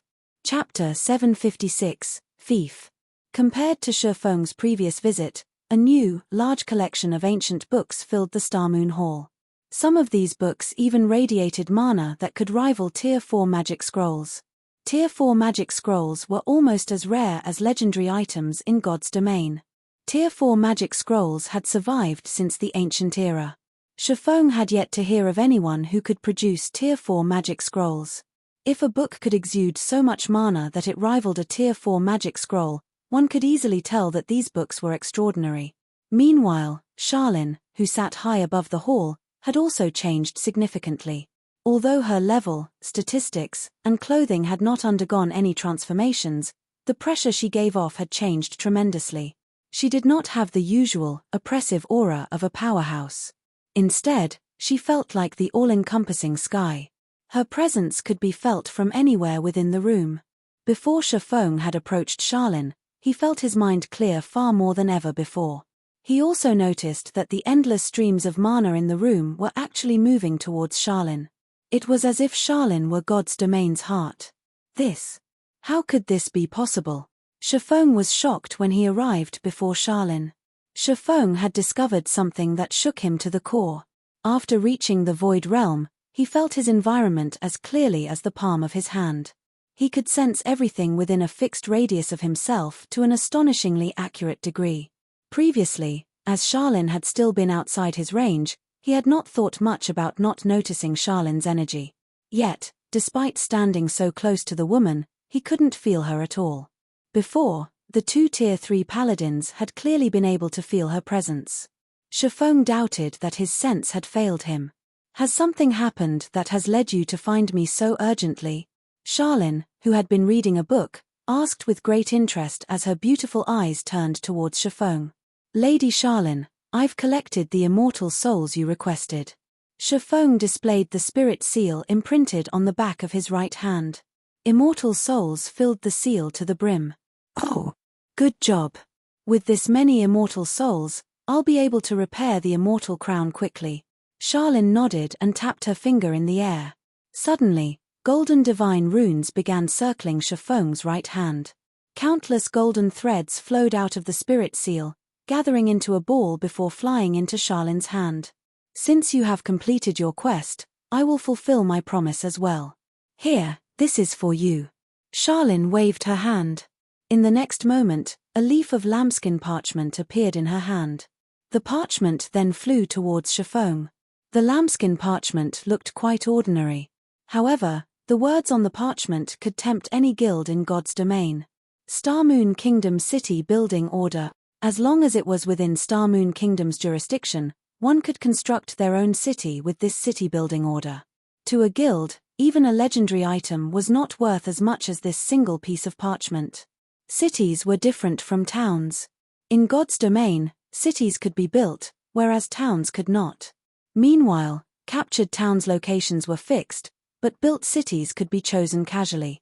One could even build a city in the middle of monsters' territory.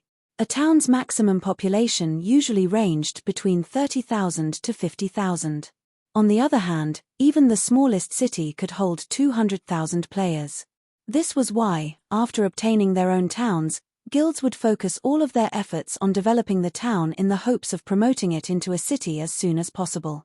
Moreover, as a city demanded a sufficiently large plot of land, one could construct a mana tower in the city. With the mana tower, any player residing in the city would enjoy increased stamina and concentration recovery rates. They could even accumulate the double EXP buff. Although the accumulation rate was not as generous as a guild residence's, one could still accumulate 10% worth of double EXP buff after 48 hours of rest. Once players reached higher levels, the needed EXP to level up increased tremendously. Currently, level 30 ordinary players required roughly 3 or 4 days to reach the next level. Hence, even a 10% double EXP buff would significantly reduce the time players needed to grind. Aside from improving one's stamina and concentration recovery rates, hotels would also offer the guild residence effect, allowing players to accumulate 20% worth of double EXP buff after 48 hours of rest. Meanwhile, the guild that controlled the city would also see some benefits. When guild members rested in the guild residence, they would accumulate 30% worth of double EXP buff after 48 hours. In addition to receiving this double EXP perk, a player-established city would also receive a specialty product. Aside from being able to construct a mana tower, one could also construct a black market auction house in the city. This auction house would function like the auction house in Blackwing City. It would offer a large stock of products once every 3 days. Sometimes, even epic items were available for bidding. Because of these benefits, many guilds in God's domain desperately wanted to establish their own cities, regardless of the price. A player-owned town could only make travel more convenient for players. A city, on the other hand, made it easier for players to level up. The size of a guild residence and the number of members it could house were limited.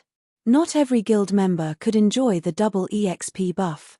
However, it was a different story if a guild owned a city. With a city, every guild member could enjoy the double EXP buff. A city was also a great source of income for a guild. As a player city had various benefits that an NPC city did not, many players wanted access to a player city. Unless a guild offered private housing within the city, all players were required to pay an entry fee. The entry fee was an important source of income for a player city. In comparison, a guild would only earn pennies from the opening a shop. A shop could never compete with a city regarding profits. When Shafong gazed down at the city building order in his hands, he nearly drooled. Despite having been the guild leader of a second-rate guild in his previous life, the guild having owned 10 city-states, he struggled to maintain his calm now that he knew he would have his very own city. In the past, something like this could only happen in his dreams. Yet, now, he held this dream in his hands.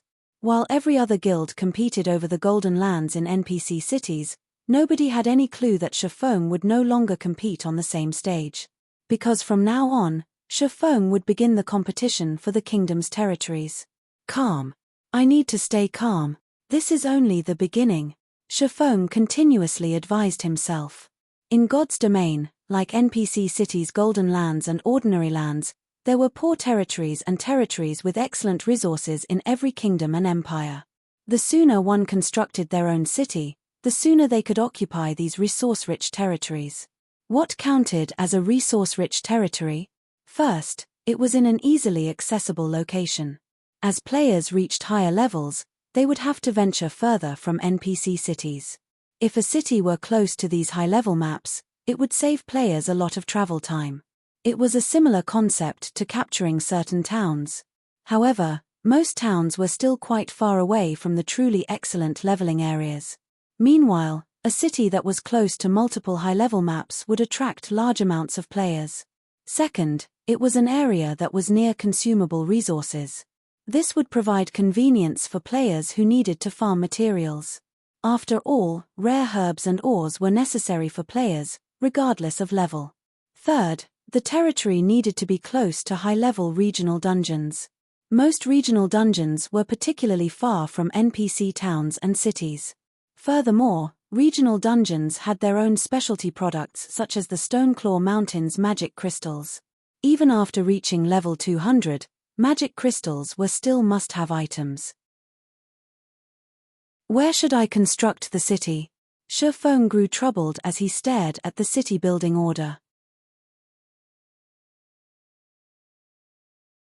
Chapter 757, Witch's Hill. Chapter 757, Witch's Hill. Starmoon City, the Starmoon restaurant's top floor. Few players were usually willing to dine here. However, more than a dozen players currently occupied the large, luxurious hall. If Gentle Snow were there, she would have been shocked as every one of these players was an elder from the Star Alliance. Even Galaxy Past had to behave respectfully before these people. Currently, however, every elder had lowered their head as they watched the level 10 woman seated on a bench, fear and respect radiating off of them. What did you just say? Galaxy Past has not been able to log into the game. Exemplary Willow asked quietly, frowning. What the hell is going on? The Star Alliance's elder felt helpless against Exemplary Willow's questioning. After the guild war ended, the guild's upper echelons should have begun working to stabilize the guild. Yet, for some reason, the majority of the guild's upper echelons, who had participated in the war, could not log into God's domain. Based on the main God system's notification, these people were locked out of the game for around 2 or 3 days. Some were even barred from entering the game for up to 4 days. 4 days' time. That was enough time for the mainstream players in Starmoon Kingdom to grind at least one level. Although they, the guild's elders, had tried to stabilize the falling morale that shook the guild, with the disappearance of the majority of the guild's upper echelons, many members began to doubt the guild. Many had begun to wonder if the Alliance's experts had defected to some other guild. If the guild's experts had left, what was the point in remaining in the guild? Only a few hours after the guild war ended, over 10,000 members had withdrawn. If this persisted, no one knew if the Star Alliance would survive. However, this was not the most tragic issue. The Star Alliance's defeat had infuriated Exemplary Willow. A high and mighty first-rate guild like the Star Alliance had actually lost to an upstart guild, on their home ground no less. This caused Exemplary Willow to doubt the Star Alliance's strength. If Exemplary Willow suddenly decided to withdraw her funding, it would deal a fatal blow to the Star Alliance. If none of you knows why they can't log into the game, your guild may be truly finished, Exemplary Willow stated coldly as she sneered at the Alliance's elders before her. Sternly, she said, since your guild is nothing more than a failure, then you can forget about any follow-up investment. I have no intentions of spending money on a wastrel of a guild. Get lost. When the elders heard these words, their complexions paled to a sickly white, every one of them begging Exemplary Willow for mercy. Unfortunately, Exemplary Willow chased them all out of the room. Exemplary Willow refused to tolerate defeat. She had initially invested in the Star Alliance to deal with Zero Wing, teaching Shifeng the consequences of angering Open Source Corporation. She would then plunder the Stoneclaw Mountain's magic crystals for herself. Yet, in the end, not only had she failed to teach Shifeng anything, but his fame had also grown. The Flower of Seven Sins is also garbage. They had been so confident of themselves. In the end, didn't they lose as well? Fortunately, I only promised them 1/3 of the Stoneclaw Mountain's magic crystals and did not have to pay much, Exemplary Willow muttered as she glanced through Starmoon Kingdom's official forums. Her mood soured as she saw the many discussion threads relating to Black Flame. In the end, it seems that I'll have to use my own power to resolve this matter. Meanwhile, in the real world, the Star Alliance's upper echelons enclosed themselves in a secret meeting. Although they could not contact each other in God's domain, the Star Alliance was a major company in the real world. The company often held video conferences between its upper echelons. Even without God's domain, this latest loss would not affect the company. Only, it was a lot more difficult to direct the guild members in God's domain. Guild leader, we suffered tremendous losses. Based on the initial statistics, we lost over 50,000 items. We'll need quite some time before we recover. However, the most tragic loss is ours. None of us can log into God's domain for some time. It will be a challenge to catch up to Ouroboros, Red Feather reported sourly. He had never imagined that they would actually lose this war so tragically. Not only had the guild's experts been wiped out, but the guild's elite army had also almost been obliterated. Less than 10% of the elite army had managed to escape with their lives. The loss of EXP, equipment, and post-war compensation were huge problems that they needed to deal with. Most likely, by the time they saw to those issues, the Star Alliance will have been drained of resources. Purple, what's the situation with the guild elders? Galaxy Past similarly gnashed his teeth upon hearing Red Feather's report.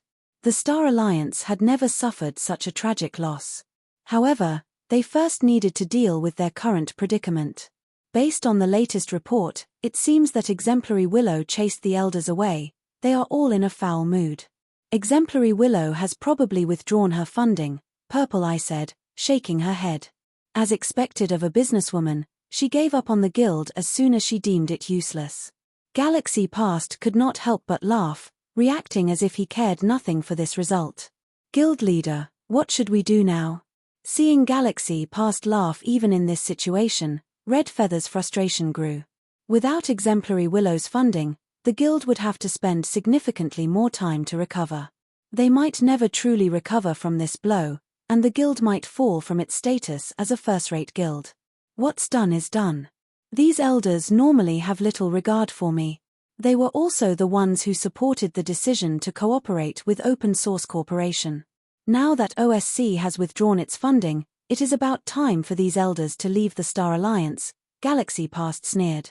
When Exemplary Willow had first approached them, he had strongly opposed the idea of cooperating with Open Source Corporation. He had not believed that Black Flame was as much as a fool as the OSC thought. However, with the guild elders supporting the decision so strongly, his opposition had been futile. Now that the Alliance had lost the guild war, all of the blame could be pushed onto these elders. He could also utilize the board of directors to expel them from the Star Alliance. This way, he would become the guild's true ruler, not just in name. In the future, he would have a much easier time taking action. Meanwhile, in God's Domain's White River City, after Shifeng bade Charlene farewell, he took a horse carriage to White River City's City Hall. Shifeng was all too familiar with Starmoon Kingdom. He knew of multiple locations which fulfilled 2 or even all 3 conditions for a resource-rich territory. However, players could not reach these locations yet. If he constructed a city in a very high-level location, the city would not be nearly as attractive to players. Although building a city in a level 100 map might be attractive towards players in the future, to current players, this city would be useless. Without a large player population, the city's development would be slow. The city's construction was not a small issue, either. The demand of manpower and resources could not compare to a town's. It would be a severe waste if he invested a large amount of resources in something that would not yield any immediate profits. Moreover, Shifeng's goal of constructing a city was to earn money. He could not waste large sums of money on a useless city. It seems that the Witch's Hill is my only choice. After considering his options, Shifeng decided that the Witch's Hill was the most profitable location right now. While Shifeng's mind wandered, the advanced horse carriage arrived before the city hall. Chapter 758, Building a City. Chapter 758, Building a City. The instant Shifeng stepped out of the advanced carriage, he attracted a lot of attention like someone driving a luxury car in the city. Wow! That guy's rich. He seems to be someone from Zero Wing. It's no wonder he's so rich. I know, right? Zero Wing receives so many advanced quests every day. Even the guild's normal members have the chance to snag one for themselves. On the other hand, our guild only receives a few advanced quests each day, and the guild's upper echelons have priority on them, leaving very few for anyone else. Even elite members have a hard time obtaining one. Although I'm an elite member, I have only accepted 2 advanced guild quests so far. Those were good times. I earned over a dozen silvers a day during those days. Indeed. One of my friend's friend is an elite member in Zero Wing, and he says that Zero Wing's elite members can accept an advanced guild quest once every 2 or 3 days, while normal members can pick one up once every 5 or 6 days. Envy filled these players' voices as they spoke about Zero Wing. It cost 1 silver to ride an ordinary carriage and 3 silver to ride an advanced carriage. To them, even riding an ordinary carriage was a luxury. They would rather run to their destination than spend so much. Shifeng could not help but shake his head at this sight. He had never imagined that he would be envied for riding a carriage. While the majority of the players in God's Domain still strived to earn a single silver coin, even a gold coin was of little use to Shifeng anymore. He was more concerned about time than he was about spending a few silvers. At this point, the towering city hall bustled with noise. Regarding both reputation and coins, the various large guilds had accumulated a certain stock after playing God's Domain for so long. Naturally, more people would be attempting to purchase the city's lands. However, most purchased ordinary lands as the Golden Lands and lands in the Central District were not easily affordable. "Hello, sir. How may I be of service to you today?" A beautiful female employee approached Shifeng and asked. "I wish to construct a city," Shifeng said. "Please, follow me." The NPC receptionist smiled as she led Shifeng to a VIP reception room. Whether it was establishing a town or a city, players needed to begin the relevant procedures in an NPC city. "May I know if you have a city building order?" the NPC receptionist asked politely. Shifeng retrieved the Starmoon Kingdom city building order Charlene had given him. The lambskin parchment was worth over 1,000,000 gold. "Very good, sir. May I know where do you wish to establish your city so that I can quote you a price?" the NPC receptionist said as she took out a magic scroll, unfurling it on the table. This magic scroll displayed a map of Starmoon Kingdom. Compared to the system map players had, this map was far more detailed. "The Witch's Hill," Shifeng said as he tapped a spot in the southwestern corner. Immediately, the scroll displayed the Witch's Hill map. The Witch's Hill was a level 50 to level 70 map. Rumors had it that a great witch lived there, hence, the hill had been called the Witch's Hill. The hill's name had remained unchanged even after hundreds of years and the Star Moon Kingdom's ownership. The Witch's Hill could be considered an ordinary leveling map. It was not particularly rich in resources. Yet, various guilds in Shifeng's previous life had frantically sought after the Witch's Hill. They had done so for two reasons. The first was the location's accessibility. The Witch's Hill bumped up against two resource-rich maps, Shadow Forest, a level 80 to 100 map, and Ruins of Aegon, a level 60 to 75 map. Of these two locations, one produced rare herbs, while the other housed a Hell Mode regional dungeon. The Witch's Hill's secret was the second reason. This secret of the Witch's Hill had only been discovered after the mainstream players had reached level 100. At that time, the various guilds had suddenly rushed to construct their cities in this map. Dozens of guilds had fought over the Witch's Hill. Naturally, that included Shadow, the guild Shifeng had led. In the end, the powerful Star Alliance and Ouroboros had captured the Witch's Hill. The other guilds had stood no chance against them.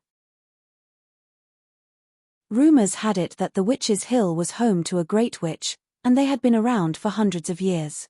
In fact, this rumor was absolutely true, as even now, that witch still lived in the Witch's Hill. That witch was also one of God's domain's legendary characters, the Jealous Witch.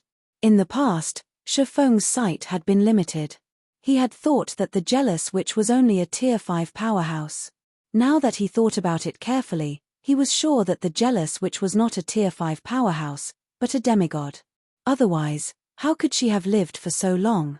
The Jealous Witch, none other than the guardian of the Otherworld Gate. The Otherworld Gate led to another continent outside of God's domain. The Otherworld was similar to the top of the world that Shifeng recently visited. There, not only could players level up much faster, but they could also obtain equipment far more easily. There was only one condition to cross the Otherworld Gate: air players must have reached Tier 2. In God's domain, it was very difficult for players to find equipment of good quality above level 50. However, it was much easier to grind for such equipment in the Otherworld. Hence, back when the Otherworld Gate had been discovered, the various large guilds had fought frantically to occupy the Witch's Hill. After all, in order to obtain good equipment, countless players would grind and level up in the Otherworld. Hence, Witch's Hill bustled with player activity.